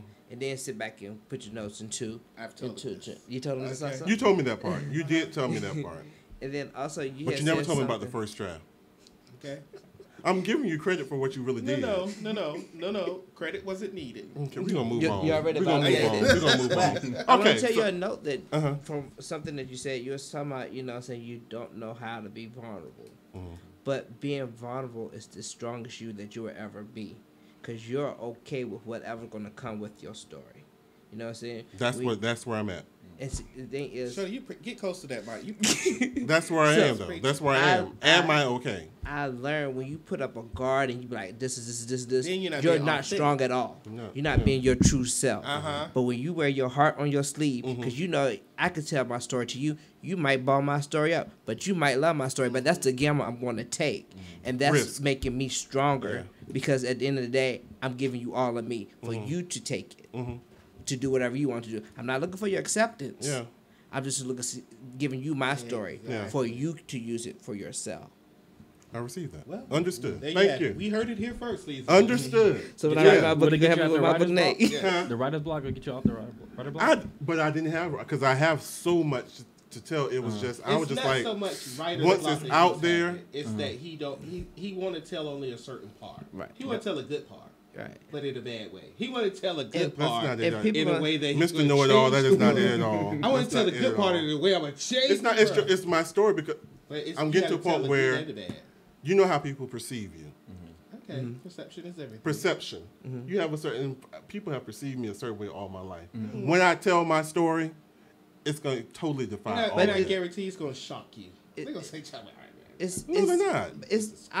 You know half my story. You know that's I not know your entire story. But and you should know that's not the truth. And I'm about to tell your story in a few minutes. I think when he write his story, it's going to shock him. It is because it's going to bring out things that he has to revisit. And he's going to have to now on the outside. I think it's going to shock him to see that people are going to love him regardless, or they're going to hate you regardless. But the thing is, that's not what you're writing your story for. Yeah. Because guess what? That's another somebody out there like Will that's have the same complex that you have. Well, yeah. And you can. And I know that's who I'm writing it for, but it still just occurs because when it's out there, it's out there. It's out there. So and when my society get together, 40 we plus read the years. Your book club. I can't read. Okay, we're gonna move on. Okay, so there was a guy. Both of y'all spend money. I know one of you for sure. It must be me. So there's an ex-NFL player who lived off of $25,000 a year. And he shared his key to saving money. His name is John Urschel. He retired at the age of 26 from the NFL, and he earned an impressive $1.8 million over 3 seasons from the Baltimore Ravens. His salary was as high as $600,000 in 2016, but you wouldn't have known it because his lifestyle.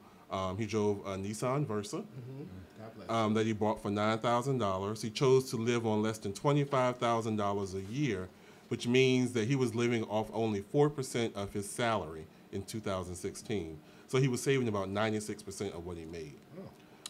He didn't live on a modest budget because he was frugal or anything like that. He just said that the things that he really loves to do the most, like reading, math, doing research, playing chess, they're really, really inexpensive. So he didn't require a lot to live. I want to know, number one, are you a spender or are you a saver? And then could you save 96% of your income and still live satisfied? So are you a spender or are you a saver? I've been a spender, but I'm into the point where I'm into saving. Because I was like, really, I could survive off of $10 a day. And sometimes I don't even have to spend $10 a day. If you have $10, let's say if you go to the ATM and you take out $20, subconsciously you're going to spend that $20 because it's there in front of you. Mm-hmm. But if you never go to the ATM because you don't need to go to the ATM, you're not going to think about it, spending money. Have you ever thought about that? Every time I see my debit card, I say, let me go and buy something. Well, you need to work on something. But I just noticed with me, if I go to the ATM, I would spend that money quickly, but I would hate to swipe my card. You know what I'm saying? Because I'm like, I know the bank gonna get mad. I keep swiping, and that's what I do. But if you give me $20, okay, done. Then I'm like, where's that $20 at? So that's my thing for me. Like, if I stop taking money out the ATM, I spend less money. What do you normally spend your money on? It all depends on what I'm feeling that day. I might want to buy some clothes and stuff. But for me, right now, I just redid my whole house. Mm-hmm. So, you know what I'm saying? So me spending it in that way is always going to be a return for me. Mm-hmm. So that's why I spend the most money. What I invest in my house. Say, oh, you got a nice house. No, in case when I sell my house. Okay. No, I'm not worried about what somebody that pay because I got to pay that mortgage myself. Mm-hmm. So what they think is none involved. Yeah. You know, but I was always told the richest people never show their wealth. Mm-hmm. You know, when you see people out there flashing, get all these cars and stuff. I saw that picture. Did you see the picture of Jay-Z? I think I talked about it before. They showed a picture of Jay-Z from when he was worth, I'm just going to throw out a number, when he was worth maybe like $200,000, and he had the big gold rope, all the rings on, and all this kind of stuff. Yes. And then they showed a picture today when he's worth like, what, $700 million, and he just had on a sweater, like one watch, and he didn't look like what people associate and that's money with. Money. And I think that comes from maturity and experience. And being around the good people. But I think I'm learning how to save because I like to always have money in the bank, and I don't like to be broke. So I'm learning now how to save, but I know that I'm a spender. I don't know why I like furniture so much. You want to buy me some furniture? I got a guest room every day of the week. I mean, I love furniture. I don't know why, but I have one guest room you can come. But I believe that I guess as we get older, we understand the value of not just spending till you're broke. And it's one thing Willis taught me too, having a broke. What's broke to you? You know, you can still have money, but you know that you can't go out there. Once you get to a certain limit, you have to mentally tell yourself, "I'm broke." I'm broke, exactly, and not get to zero. Right. So let me ask you a question: how much has being single and doing things on your own, not times two, help you with managing your money? Has it helped at all? It's helped a lot because I don't have nobody to go to. I mean, of course, my mama, but other than that, I don't have nobody to go to when you need that other half of the light bill. So it has helped me. And one of the things that I've learned in paying bills, I don't know if you guys pay bills like this, is that you just pay it. Do you struggle to pay bills? Struggle to pay them? Like, okay, what's the day? Today is the 1st, the bill due on the 2nd. Let me see if I can get this bill due on the 6th. When I see it, I pay it. Oh, well, no, I'm with that everything. I have a due date. Because I have, And you know what, but you're calculated that way. Like if you go to Will's house, Will have a cork board. And on this cork board, he have it written down. Okay, this is due this day. And that's the day it's going to get paid. And that's how you work. When I see it, I just say, okay, how much is that? So I say, oh, Lord, how much I got? $4. Oh, Lord. Let me go ahead and pay this. I just pay it because, and this is something I've recently just started doing because I don't want the backlash of to forget and then have to pay that plus something else. Oh, that brings up another question. Did you have something to say? What about you? Are you a spender? I'm a spender. I'm still learning how to save, using technology right now to learn how to save better. But Well, how old are you? I'm 23. You get to make all your mistakes now in your early. But when you hit 30, you hit that light bulb. Hope that light bulb goes off on you. But make your mistakes in your 20s right now. Don't be making them in your 30s and your 40s because life Because when you hit 60, you want to stop working and start doing stuff. Well, that's right, because I'm almost 60 short. You don't even look that old. I'm older than 60. I bet just like 32. Okay, let's go ahead on to the next one. It's getting thick in here. It's getting thick. Okay, Candy Burrs. Okay, so I know. Pray for Candy. I used to love that. So Escape got back together. God bless for whatever reason, they got back together. They're on tour. They'll be here next Friday night. But they interviewed on a show. It was called What Happened Live. Watch What Happens Live. Mm-hmm. Oh, that's with Andy like Cohen. The way you said that. What is? I thought it was called What Happened. Watch What Happened Live. Yeah, that's Watch What Happens Live. That's how you say when you don't know. This is what? Okay, with Andy Cohen. So they were basically talking. All of them were there, and it got on the subject of new music from Escape. And I guess Candy kind of alluded to the fact that because of her schedule, she's supposed to be doing things on Broadway or whatever. She's not going to be making new music with them. And then Tamika, she was like, tell the truth, Candy. And evidently some things came out where Candy back in the day slept with Jermaine Dupri and Jermaine Dupri's father. Wow. And evidently there's some type of, I don't know why Tamika was upset about this, but there's some unresolved whatever. Tamika, the thick girl? Both of them thick. They both of them got real thick. But so what happened in that is the reason why Escape broke up is because of the management. Okay. The older sister, the lead singer at that time, Tasha or something? Yeah. Is she her bad? manager, the manager of the group initially Escape, they started dating, they married each other. So they felt like, Candy felt like that he was carving a situation for the older sister to have a solo career. Oh, okay. So it started some rift between there. So then the sister Tamika went on a radio show and did a interview where did Candy and Jermaine Dupri hook up? They hooked up once, yes. Did she sleep with the father? No. Tamika also said that was a lie. She did it because Candy was attacking her sister and she took up for her sister. And that's how. So it's a rift. So my thing is like, so in order for them to get together, Tamika had to apologize to Candy. And for me, because I used to love Candy, and a reality TV show has really took my love from Candy away. Because of the fact that, like, if you're going to forgive, if you say, meet me here and forgive and an apology, and I apologize to you on your terms, and you still going to hold that over me, then why am I apologizing? So did the other girl come back? All of them together for this tour. But they're not But once the tour is over, only 3 of them are going to do music together. And it's just, Candy really don't have what it takes to go on Broadway, so I wouldn't know why she would go to Broadway. I just feel like that was a lie. But my question is, because they were a group before, I don't know if they were one of my favorite girl groups, but I did like them. I did like Escape back in the day.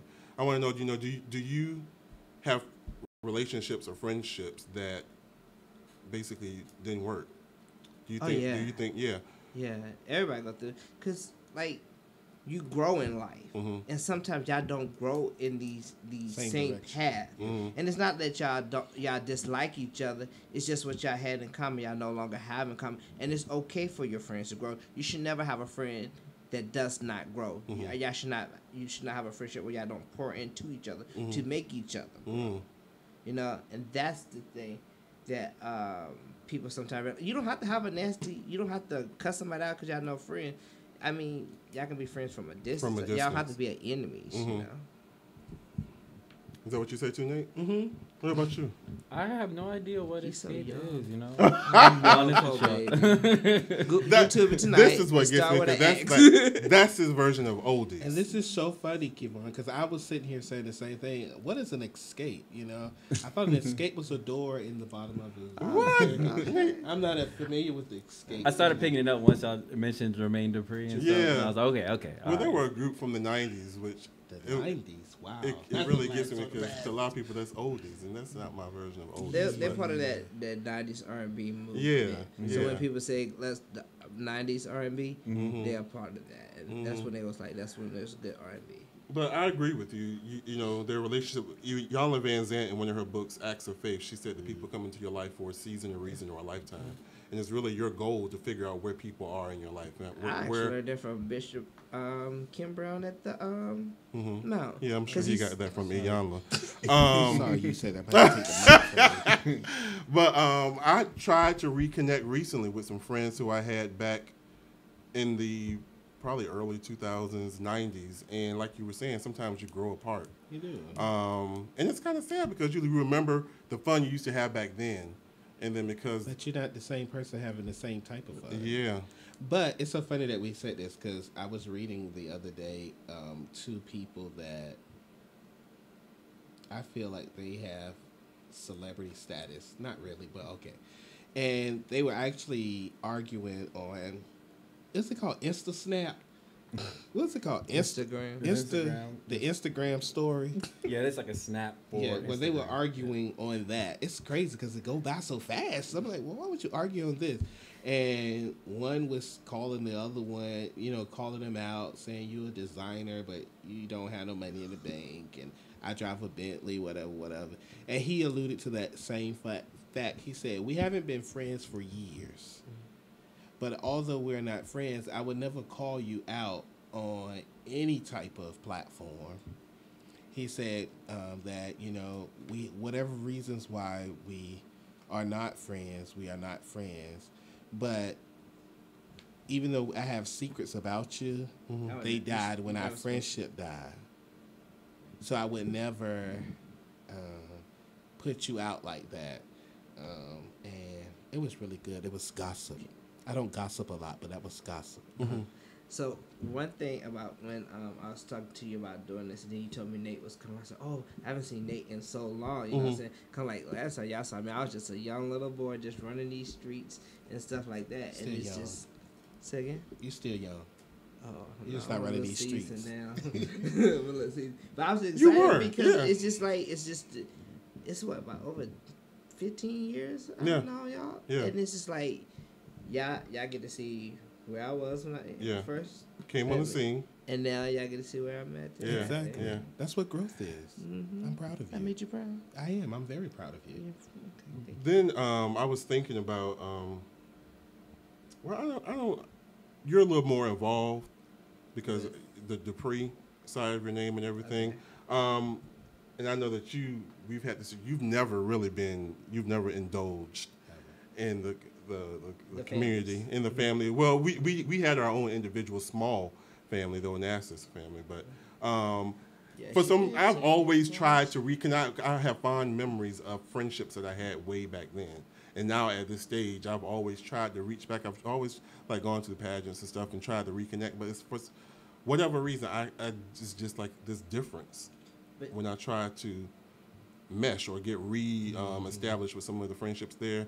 It's just like, I don't want to appear like I feel like I'm better or farther along than some people. So let me tell you what happened to me because we was at a Hope for Tomorrow. Uh-huh. All right, so I was sitting there and I feel like I'm in a mature place where I when you get to a certain place of maturity, your walk changes different. Exactly. You know what I'm saying? So I'm sitting up there and I don't think I'm better than anybody. I just understand my walk is different now. So there was 3 people I knew. First, they older than me. Mm-hmm. So when I saw them walk in, I'm thinking to myself, what in the world do you have on at your age? You know what I'm saying? But it's not my place to judge or whatever. So then I'm sitting in the front, and I'm sitting beside my mentor, you know what I'm saying, my mentor Sherman, and I hear them cackling, making jokes at me. And I'm thinking to at me. So I'm thinking to myself, wow, how sad are you, because you're older than me, to be bothered by me? You know what I'm saying? So at first I was like, you know what? The little pettiness came out of me. And I was going to say, you know what? I'm about to go attack them. I'm about to verbally attack them the best way I know how to do it. You know what I'm saying? But I said, but why give them that power? Exactly. But you know what? I don't ever want you guys to feel that you're real petty.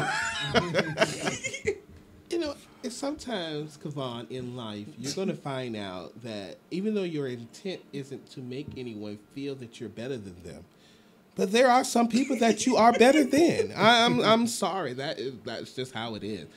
You don't want to perceive an air that I'm better than you, but let's let the facts be facts. There are some people that you're better than. But at certain times in life, you grow up in certain avenues of communities that you just don't fit in anymore. And you just figure out what, even though you want to be a part of the community, whatever your community may be, that's just like if you know that you have a friend, and I think everybody have this one friend that all they like to do is go clubbing. Mm-hmm.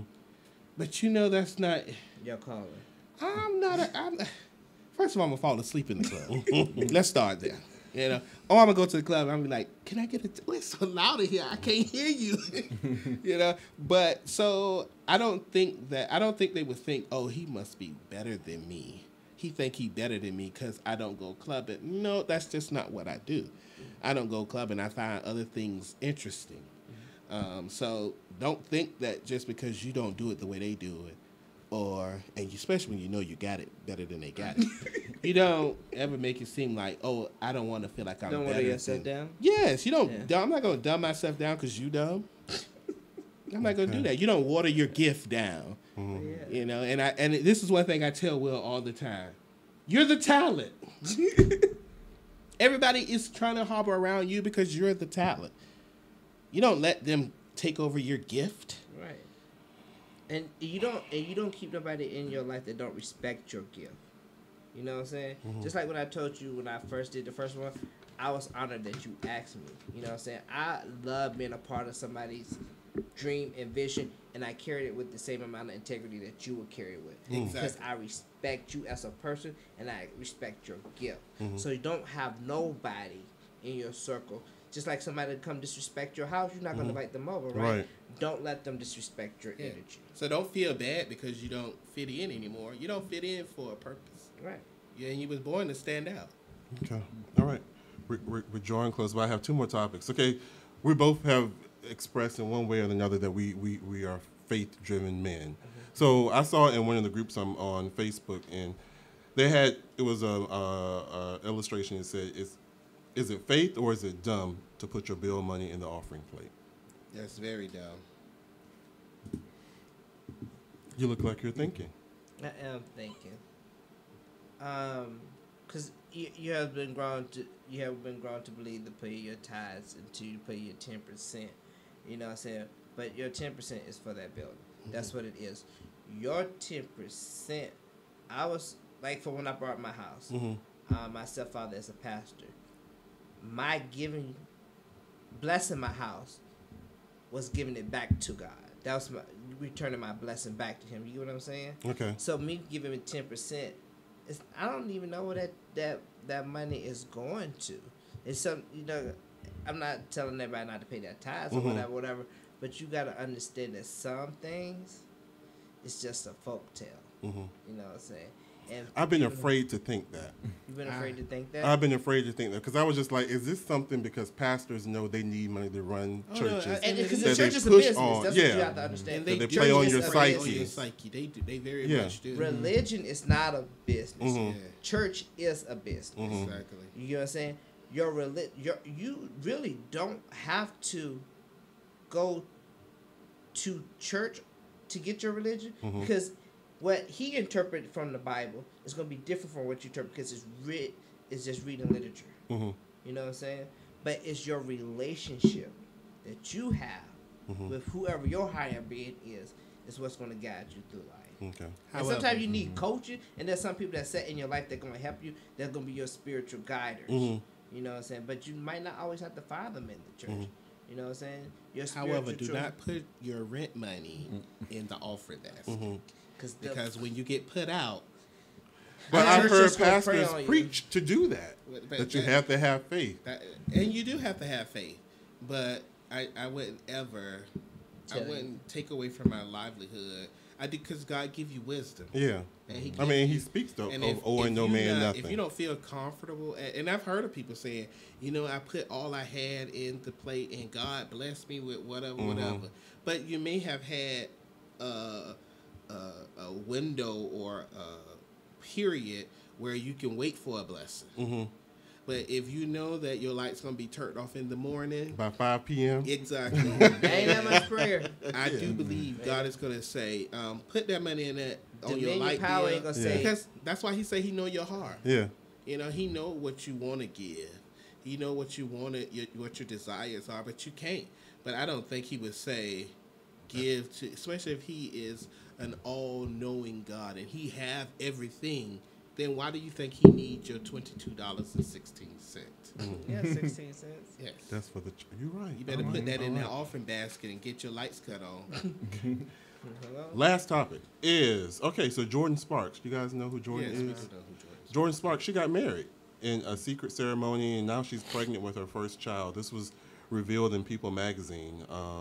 It says that she announced that not only is she pregnant, but that she was secretly married 4 years ago, and she met this guy, Dana Isaiah, last July, and they met. They met in February during the Super Bowl weekend in Houston, Texas, and then they just got married last July. And they said they're the happiest they've both ever been. They both share a Christian, strong Christian belief, and they pretty much were connected through their mothers. So this has been, most of the time when you hear celebrities or in relationships, it's news.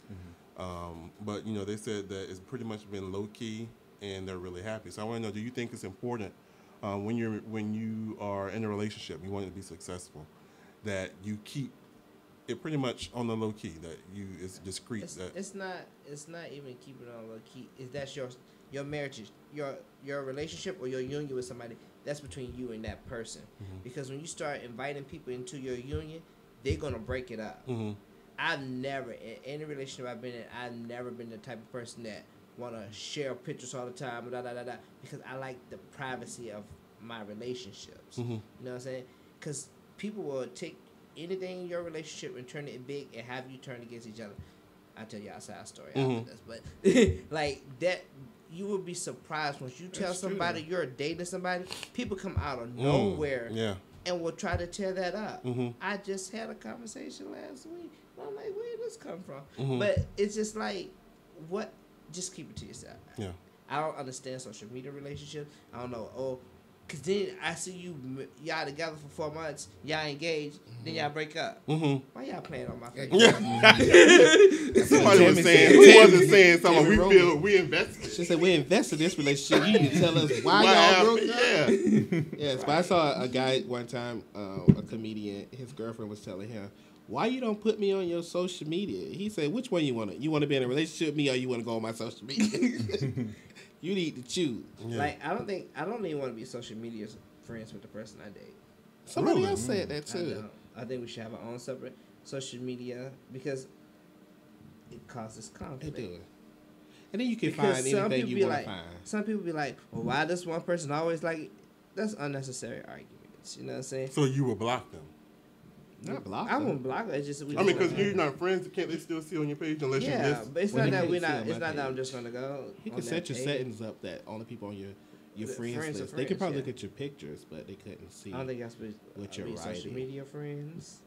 You know what I'm saying? I don't know if I've really matured and have grown since the ending of a former relationship. You would need to be on there because you no, Negro, you don't know that. You don't know that yet. You don't know that anymore. Okay, I was that then. Okay, well. I've grown a lot. I just don't know. No one grows. No one grows anywhere. I want to thank you both for coming on the show. You as well, and I've heard you. When we come back, we only have 2 more shows this season, so we'll be back in January. And I will definitely have you on more now that I know that you're interested in being more involved. Anybody want to share any social media, how people can follow you, your fans? You may have fans now. Make sure you follow me. I enjoy my fans that follow me because I give you a good laugh every now and again. You used to do the videos. I used to, but I'm telling you, this waiting on Jesus is really tying up a lot of my time. Friend request? You send me a friend request? What name? He probably didn't know. Let me tell you, I'm really bad about friend requests too. It's I don't recall that. But go ahead. Go ahead. It's getting deep in here, but I am on social media. Nate Whitfield is all of my social media. Nate_Chronicles for Instagram. So make sure y'all follow me. I don't post on Instagram a lot, but I'm always watching on Instagram. But I'm always on Facebook. Facebook is for old folks, so I'm on Facebook. Okay. You can follow me on Facebook, LeVar Teran Oliver. No, you're not. No, I don't know. I think I did accept. Okay. So, but you will see a lot of. I have millions of ideas that pop on my head, and I just put it on there. But I love to cook, so if you ever want to get some recipes, it would be up there. Awesome. Well, Kevon, thank you so much, man. No problem. We only got 2 more shows together. We won't be here next week. That's Thanksgiving, but we'll be back on the 29th with, I believe, Chris, he still got to get back with you on that. Really? Okay. Yeah. So we'll be back with a good show on the 29th. And then we have our last show on December 6th, and that is our celebration show. So we'll have a house full, and hopefully we'll be celebrating. Kevon will be graduating soon. So yeah. So until next week, everybody be blessed and have a great Thanksgiving. Thank you for listening to Let's Face It with Will Strayhorn and Friends. Please be sure to visit us on the web at letsfaceitradio.com and at Let's Face It Radio on Facebook for the latest in show information and exciting, innovating ways that you can be a part of the show. So tune in next week, same place, same time, for real people, real topics, real talk. Let's face it.